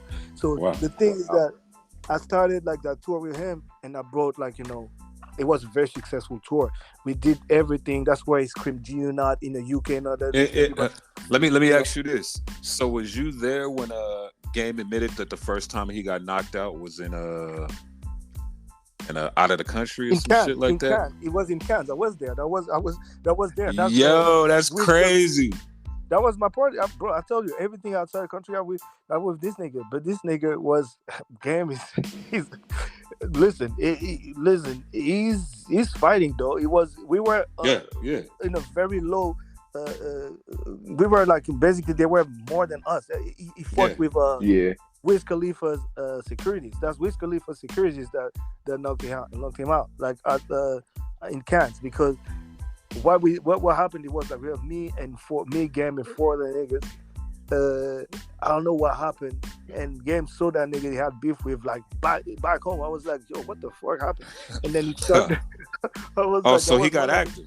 He got active. He got active. Okay. And then, bro, and then we had, like, all this shit. Everybody left with like stitches and shit, me included. But, like, that was a good night. Like, that was a good night.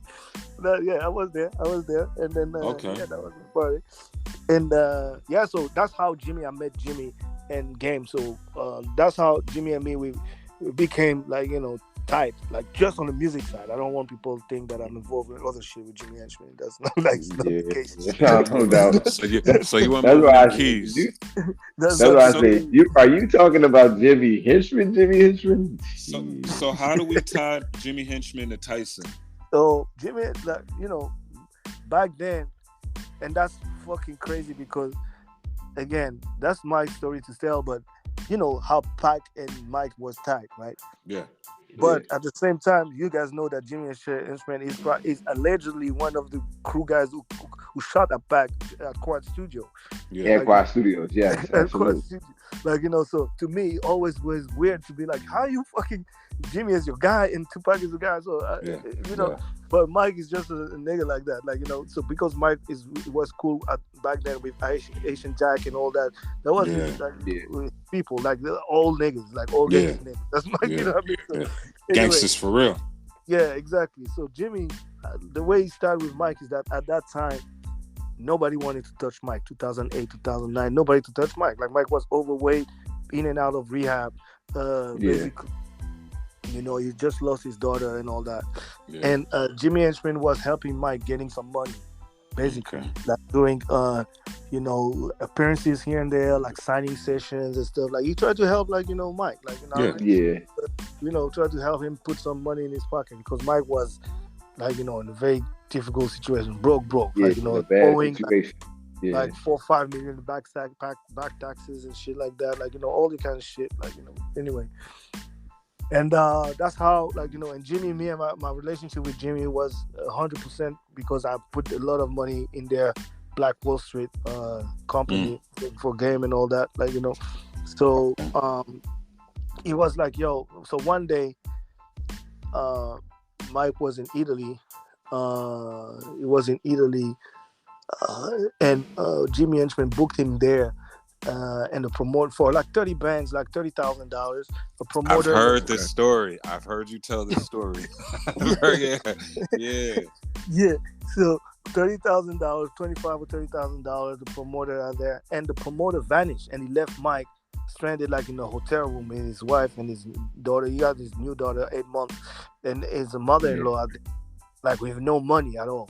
So no money at all. Like he couldn't go back. He was stuck, and Jimmy put the deal together, and Mike was basically trashing the hotel rooms, and Jimmy's credit cards was in a hotel. So he was tired of Mike breaking the TVs and all that, and people was like, we want to put him out, but this is Mike Tyson, so you need to fix it. Because I don't want this nigga crazy.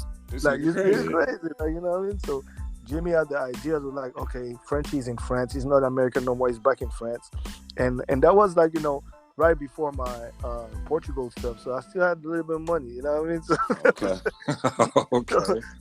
So he was like, okay, let me hit up Frenchy because he's probably the only nigga who can help me with that shit because he knows people overseas. So he called me. He's like, yo, listen, I had like I need you right now. I had like a client in like stuck in Portugal, in Italy, in Milan, and the promoter was supposed to bring some money to him, but the promoter vanished. We can't reach him. He never brought the money to the guy, whatever. And the guy is mad. Like, you know, he's mad. The talent is mad. I just need you to find some shit for him, whatever. And it was very vague, very vague. I was like, all right, man, but you need to tell me who the fuck it is, because if I don't know the how you want me to help you? He's like, bro, like, you know, don't trip. It was like everything was like, don't trip. Like, you know what I mean? Like, you know, he was very vague. I said, please, tell me the name, and then I find out. If it's good, it's good. If it's not, let me tell you right. He said, bro, that's Mike Tyson. I said, what? Heavyweight champion, Mike Tyson. I said, Mike Tyson, like, you know, Mike Tyson. I said, Mike Tyson. Like, so you want me to basically, let me get it straight. You want me to go to Italy where this nigga is mad, and then you want me to basically find some money for him, and then you want me to save his ass, and he doesn't know who I am, and I'm going to go there, and then, like, you know, no, I'm good, bro. Yeah. Wow. They said, I don't want to do that. Like, you know, I love his dad. I love Mike. Mike is the champ. More power to him. But this is crazy. Like, you know what I mean? Yeah, fuck that shit. I'm not fucking with that shit. This thing a little crazy, right? Yeah. He not sticking that tiger on my ass. Fuck that bullshit. That's exactly what that's the picture that I had when he told me that. I thought about tigers. Like, I swear to God, I was like, no, I thought about tigers and shit. I was like, no. But he called me back the next day. He said, bro, I really, really need you and stuff. Like, they really need you, man. Like, he kind of put me, like, you know, it's like, bro, he really needs you. He's the champ. He doesn't have no money, blah, blah. So anyway, I accepted to help him. And I said, look, how much time? Like, you know, how long I have? Like, you know, he said, you got 48 hours. I need to get, because this nigga keep breaking shit out to pay TVs and stuff. Like, fuck. So he's just in the hotel just wilding out. Wilding out. They put you on a flight. You get there, and you gotta meet this nigga. Look, listen. That's the thing. I said, like, I told him, listen, where is that? He said in Milan. Okay, boom. 48 hours. Long story short, I find like $250,000 for this nigga. So he was supposed to get 30,000. I found like a quarter million, 250. Like, you know, doing like, you know, basically I booked Dancing with the Stars for him in Italy, like, so a few other shows like that. But there's those guys out there, they were fucking with me because, like, you know, they know my report. They know every time I bring, like, remind you, I was bringing Mariah, I was bringing, like, all those guys. Face card. So, like, you know what I mean? So they're like, oh, if Frenchy said, it's true. Like, you know what I mean? They don't fucking, like, you know, if you say that, because some other promoter say, I got my Tyson, some other, like, you just be like, nah, nigga, you're lying. Like, you know, like, let me see it first. Like, you know, but if I tell my guy, and I was like, no, he's here. He's in Milan. You don't have, look, he's already in the hotel. You have no plane ticket to pay, whatever, blah, blah. He's there. You know, all I need is some work for him. So I got people find work for him, like $250,000. And Jimmy couldn't believe it. Like, you know, it was like, bro, don't fuck with me. If I go back and I tell him and the same situation happened, man, nigga, I'm gonna kill you. Like I said, bro, listen. Oh shit. Bro, listen.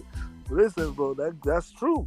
Like, you know what I mean? That's true. Like, the thing is there, it's true. Like, you know, I got it. So I connected them with the guys, and the money was real. They wired the money. They said that they brought some money.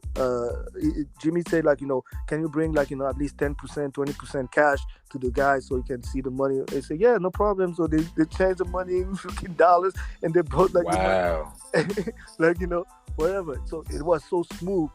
And it was so smooth. And to me, I was like, okay, good. I did a good deed. Yeah. And what really had Mike and his wife come back to me is that because they told Jimmy, tell this guy to how much he wants for a commission and all that. And I told them this. I said, I don't need no commission. That's the champ. He needs the money more than me right now. I'm happy like to do it like that for him. Wow. And that's what like connect. That's just that sentence that connect me with him like that, because all his life, remind you, like, you know, all his life, Mike been taken advantage of. Nobody did that anything for free for this nigga. Everybody wanted to take it from him. Like, you know what I mean? And the rest is history.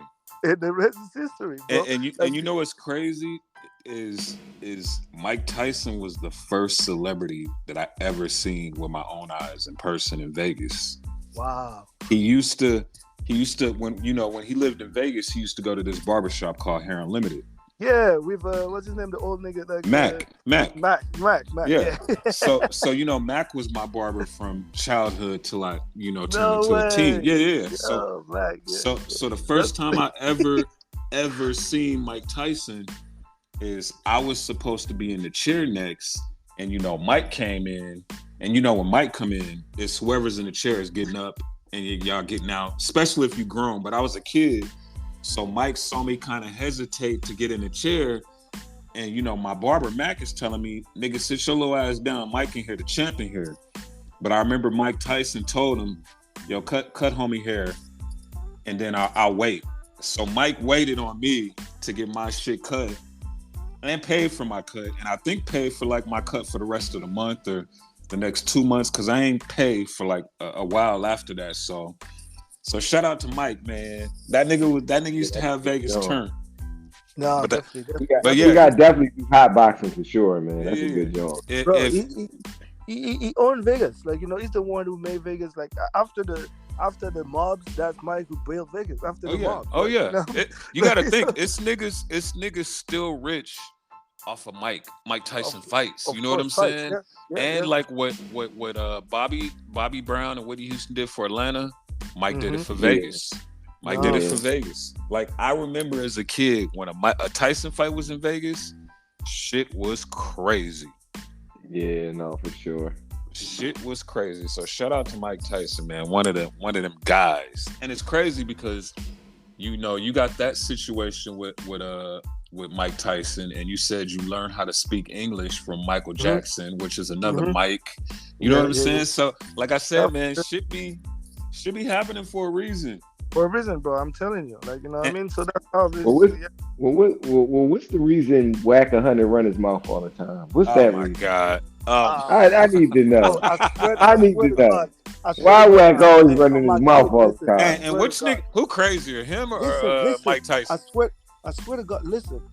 Whack, while this is, you guys don't believe me. I want to screenshot it in the time and everything. I'm actually texting him because he sent me a text. While I'm talking to you guys, I was answering his text. Like, you know, because like he's gonna be in Thailand. He want me to go in Thailand with him because there's Rolling Loud over there, like Rolling Loud in Thailand in Pattaya. Oh, and then shit! I was supposed to be there with him. And I'm like, I just canceled it on him today because I'm like, bro, like, I didn't realize it's like 15 hours. Nah, he had to do the Riding Out All Day podcast. Whack, sorry, bro. Whack. Yeah, Whack. Sorry, he on the Say pod, something about that, Whack. Say something about that, Whack. And Frenchy, French, line up the fade with him and Wayne too. Moody, line that fade up for him. Right, I'm ready, cool. Whack. Whenever you ready, Whack. Let Whack knock that nigga out real quick. There you go. Whack is another nigga, like, he's type of nigga, you love him, you hate him to death. Like, there's no in between. Like, you know what I mean? Yeah. I can see that. I can see that. I can totally see that. Yeah. You know what I mean? There's no in between. You know? Yeah, I feel like if he one of those guys, if he love you, he love you. If he don't, it's fucking. Exactly. So Yeah. that's what, and that's exactly the relation that I just happen to be a nigga that he love. Like that's it.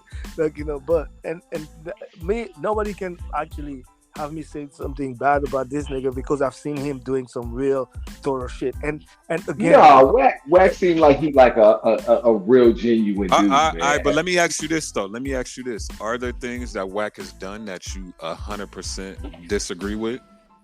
oh, all the time. I tell him all Okay. the time, bro. Like all the time. Me, I'm I'm one of the niggas like me and Game. We're on his case. Like, but the thing is that just family. You don't want to go outside and just say like absolutely, like that. absolutely, Like you tell him to his face. Like you say, bro, why the fuck you doing? Stop. Bro, you just looking like a fucking chick right now. Like why you on everybody's bed? But you say that to him. Yeah. You talk about But you talk about when he was swinging his legs, when he was butt naked swinging his legs on the bed. Talk about that time. I don't speak no English.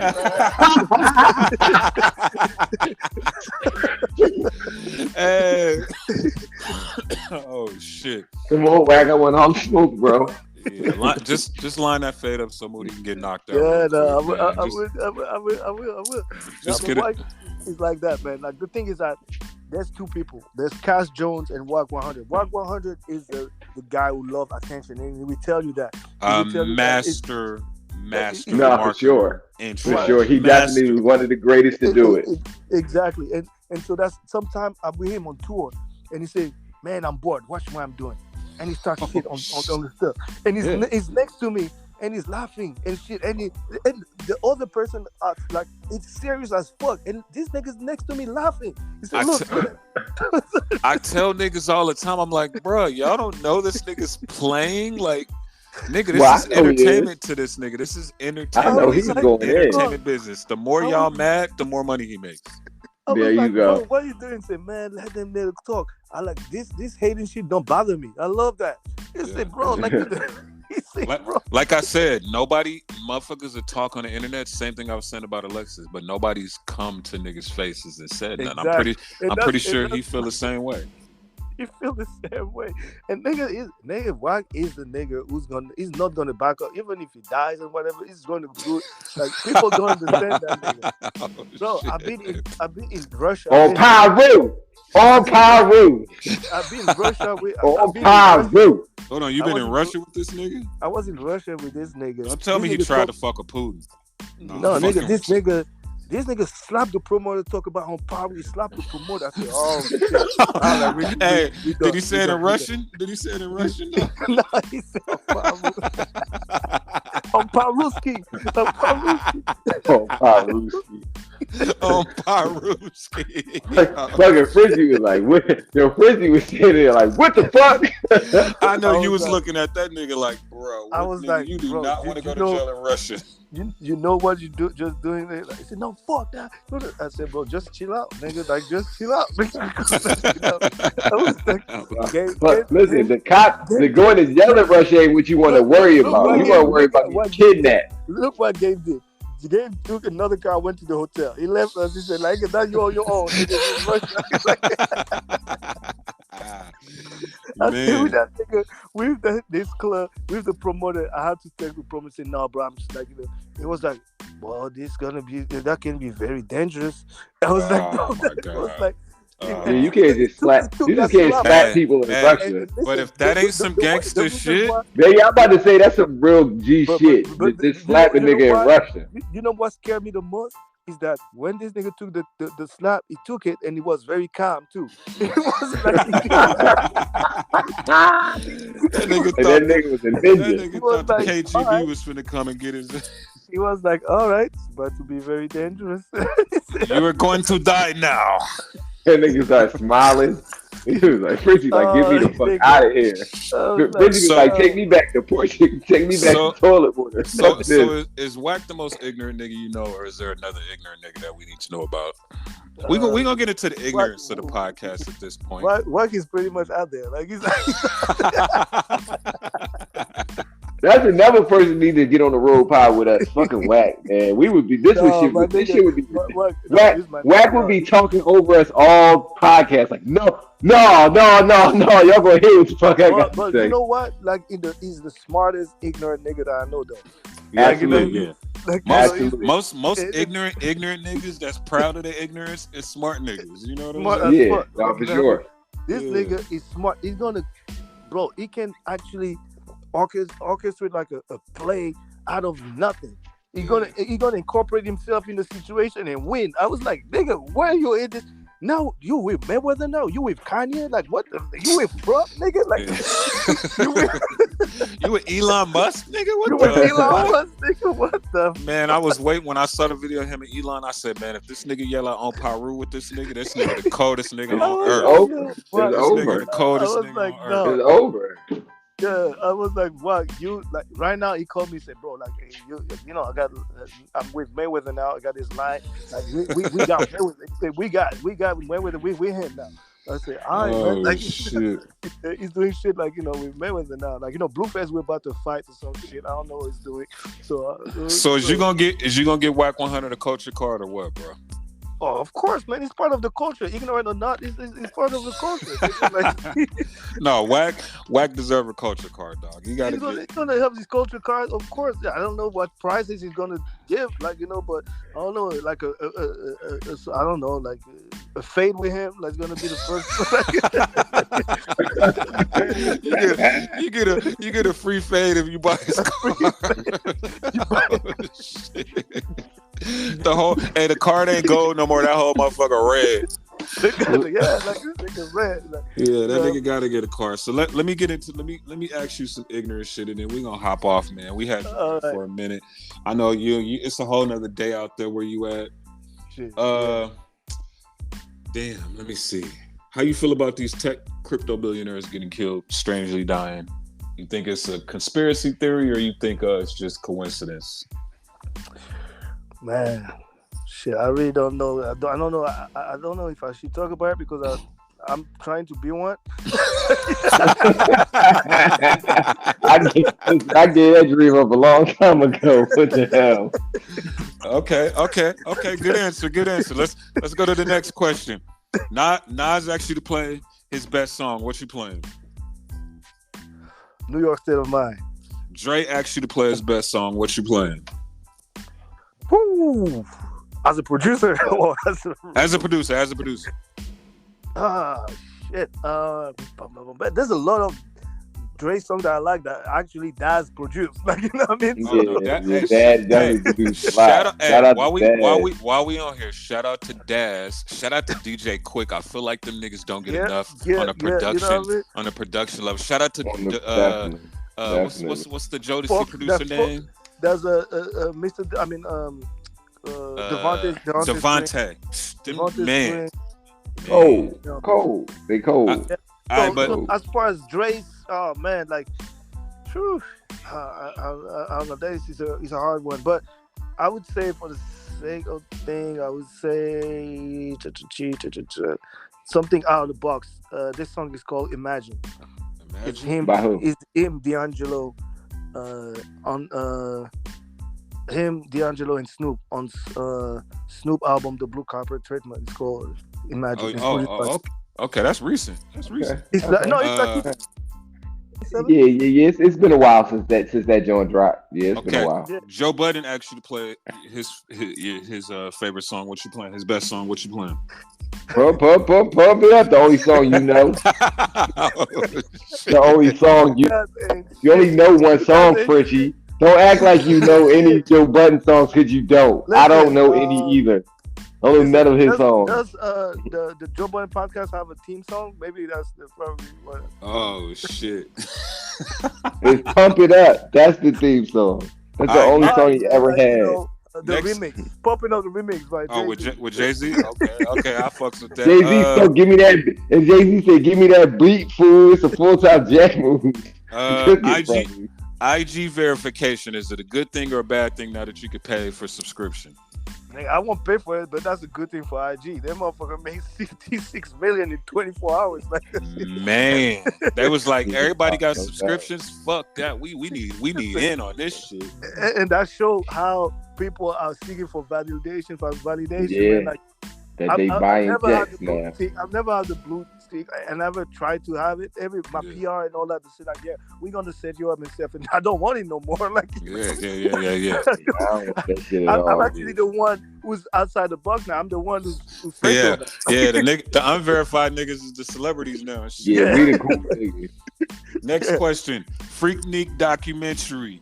Woo, nigga! I am front and center, bitch. You see, Front and center, bitch.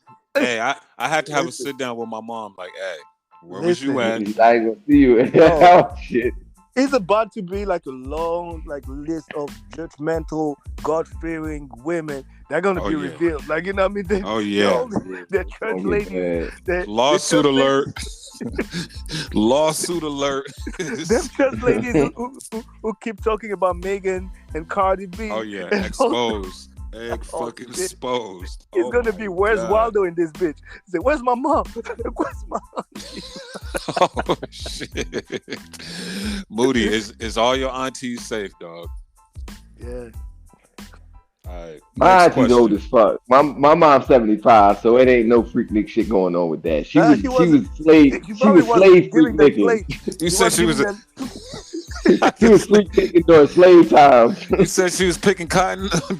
She was picking cotton. Her ass old, so she ain't gonna be in that. Nah, you know, they always have the old auntie who just give the chicken and stuff, like, you know, give them plates, did the barbecue and shit. All right, Chat GPT, gift or curse? That's a fucking actually that's a good question. I was about to say that's a curse because I was thinking about something, but if it's used the right way, it can be a gift. But right now, to me, it's a we use it the right way. We use it the right way. Ryan Garcia or Tank? Tank, all day. The culture, okay. This my last question. I'm sure Moody got some ignorance, and then we got one more ignorant question. You putting together? Well, that's what I got. I got the ignorant question, but go ahead. You putting together a hip hop R&B album. You get one hip hop artist and one R&B artist. Who's on your album? Just one. Yeah, one R&B artist, one rap artist. Another best of both worlds. R&B artist gotta be like more than R&B, or I can go as far as I want because more than R&B, that's Robert Kelly. Like, I don't care. Okay, R. Kelly. Okay, R. Kelly.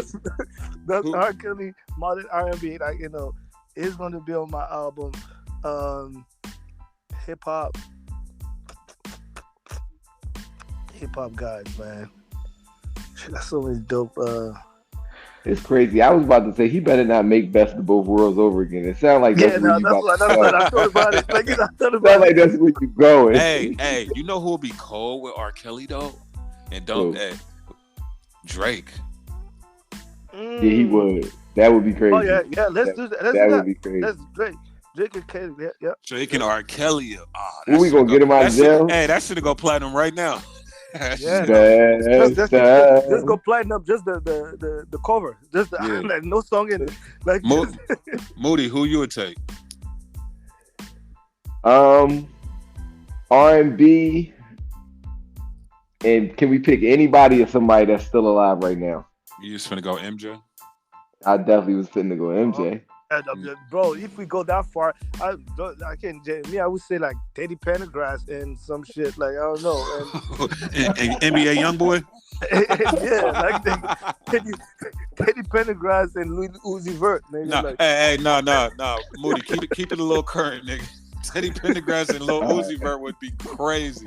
Because Uzi hair look like Teddy Pendergrass shit. Teddy P right now, and they both from North Philly. That would be nuts, yo. They both from North Philly. That would be crazy. That's crazy. They produced Teddy and Uzi produced by Campbell. There you go. Yo, wow. The Philly trifecta. Nigga, I ain't gonna lie. I'd go Drake or Mary J. Blige, or I'd go Jay and Mary J. Blige. I ain't pick. Well, let me pick my rapper though. So I said MJ. No, you can do. No, don't do that. Yeah, that's you cheating, nigga. You cheating. No, I think I would do MJ and.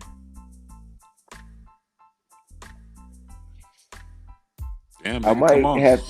I'm trying to think. I might because it's two. I'm thinking. It's a hard one. It's a hard one. Yeah, it's definitely a hard one because these two artists definitely could do some fly shit with Mike. I think it would be MJ and Nas. Oh shit. Oh shit. Damn, Oh. MJ and Nas. I Oh. think it would be MJ and Nas. Definitely. Them MJ too. Nas. That'd be that shit. Yeah, MJ and Nas. That would be crazy. That would Let's be get crazy. into the ignorance, nigga. Let's get into this ignorance so we can get this nigga off this pod, you know. All right, so I got a Reddit question for you. You know, it's we're gonna run it back. We're gonna run something old back, but it was a good one. We was going through some of our old ones and came up with one of the good ones. So, Shit. Frenchy, you stranded on a desert island, right? Oh my god. You're done. You got food, you got, whatever. But it ain't nobody there. Nobody's for miles and meters and all that crazy shit. You just stuck. Right? You just stuck out there. And it's a mermaid there that you have, that's your only companion, but you have to pick. You gotta have either a mermaid that's the traditional mermaid that got like the top of a person and the bottom of a fish, or you gotta have the mermaid that got the fish head but a fat ass butt. Which and one a you pussy. pick? And a pussy. And a pussy. Which one you picking? Is you fucking the fish or you fucking the fish in the face? Which one you picking? Nigga, what the fuck is that? We're gonna lay there. We're gonna lay there. We ain't gonna do shit. I'm probably gonna just. I'm a beat myself.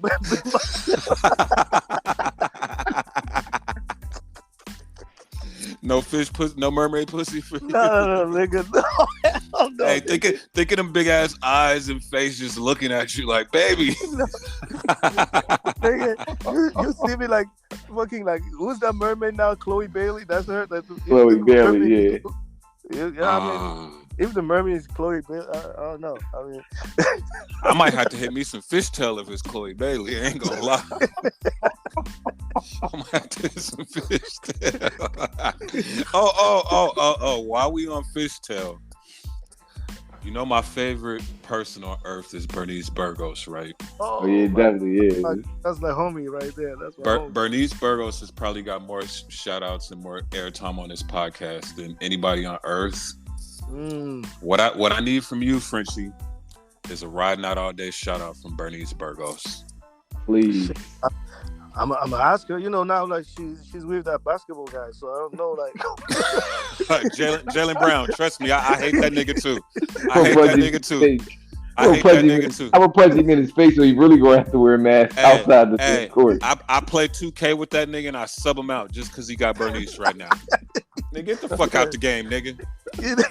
Yeah, you know. You might be losing by 42 because he got all your points. Points right now. Hey, but yeah. Look, all I can do is ask. Like Bernice is family, man. Like I used to book her a lot. Like I used to actually handle all this international stuff. So I book her to my club in Portugal. Oh shit! Yeah, like the fucking toilet water club, yo. I love it. She basically she for my 30th she organized like a big party for me and stuff. That was dope. She surprised me and stuff. Like she's dope. She's a dope person. That's another really cool chick. People talk about it and I love her. Hey, ain't no shit talking. Yeah, no, I love her. She that nigga, bro. Yeah, she fly over all that shit. She don't even care. Like, you know what I mean? She that nigga. And now you see she's hosting stuff with her daughter. Yeah. Hey, genius. Yo, that shit is crazy. I was like, yo, go ahead, man. Like, you hosting clubs with your daughter. Like, I've got into almost physical altercations over defending her honor. You let her know that next time you see her. And let's be clear, she won our baddest woman on Instagram. Wow, consecutive, consecutive times in a row because of me, but let her know what's up, man. That's all I got. But outside of her body and everything, she's a real good, cool chick, man. Like she's a New Yorker for sure. But she's a real cool chick. Like yeah. I could tell. Yeah, she's a cool chick. Yeah, I'm holding you to that. My birthday is January 3rd, so awesome. Just in case you want to hook your boy up. You know what I'm saying? I'm asking, man. I don't know if she really like. Hey, if she don't, as long as you put the word in, that's all that matter, bro. Nah, I'm putting the word in for her. Sure. You know what I'm saying? Frenchy, thank you for coming on the pod, man. We appreciate it. I got one more question for you. Go ahead. What advice would you give to, 2-3 fly niggas on the Riding Out All Day podcast that can help us out in the future? You guys already doing a great job, man. I love the show, man. You guys doing already. You already in the right direction, and what I like about what you guys doing, you're on your own lane. And as you say, people like trying to emulate and copy and all that, but you're on your own lane. You're doing the thing the right way. All I can say is that, CPT. If you need to really keep something from what I said today, CPT, choice, priority, and timing. Make sure that you're always dope. Your priority is on a line, and then you're gonna be in the right time at the right place all the time. Absolutely, Moody. What you got, pimp? I got $1 million worth of game for real today from Eris and from an international player. So I got a lot. I learned a lot today. It's a good day for me. Yeah, man. That's what I got. This is a good day. I never do that. You're never gonna find another interview like that. I never do that usually. The only nigga who got me to do that is Mike. That's it. That's the only interview you see on me on YouTube is me and Mike and Wack actually. And we appreciate it, man. Yeah, man. For sure. We appreciate it. Good one. We usually be doing our new format is 30 minutes max, but we just went 2 hours with you, man. This was a great episode, man. Did I exceed my invitation? No, this shit was cracking. No, we left every minute of this. This gonna be a good one. Yeah. It's definitely gonna be a good one, man. We appreciate this 100%, man. 100%. Thank you guys. Thanks a lot. Yeah. So we got culture cars. We got man. Y'all heard everything, man. Frenchy got all the shit y'all need, man. Check the page out. Fred_Frenchy, right? It's Fred Frenchy on Instagram. Fred Frenchy, just Fred Frenchy on Instagram. FRENCHY, and on Twitter it's Fred Frenchy1. And the culture cards is basically the on Instagram, the culture_cards. And man, you guys check it out over there, what we got going on, and then hit me whenever my DM are open. Yeah, and if y'all see Frenchy with a blue check, that nigga turn Hollywood on us. Exactly. We the no blue check boys. Yeah, no, man. The blue check is overrated, man. That's it. We the spatial people now. Yeah. Now listen, we don't get blue checks. We count blue checks. There's a difference. There's a difference. Moody, take us out this motherfucker, man. Come on, man. It's your man Wayne J. Trump. I got my nigga Fred Frenchy in the motherfucking building. You already know, representing the road, Riding Out All Day podcast. It's another one. We out this bitch. Thank you, guys. I appreciate it.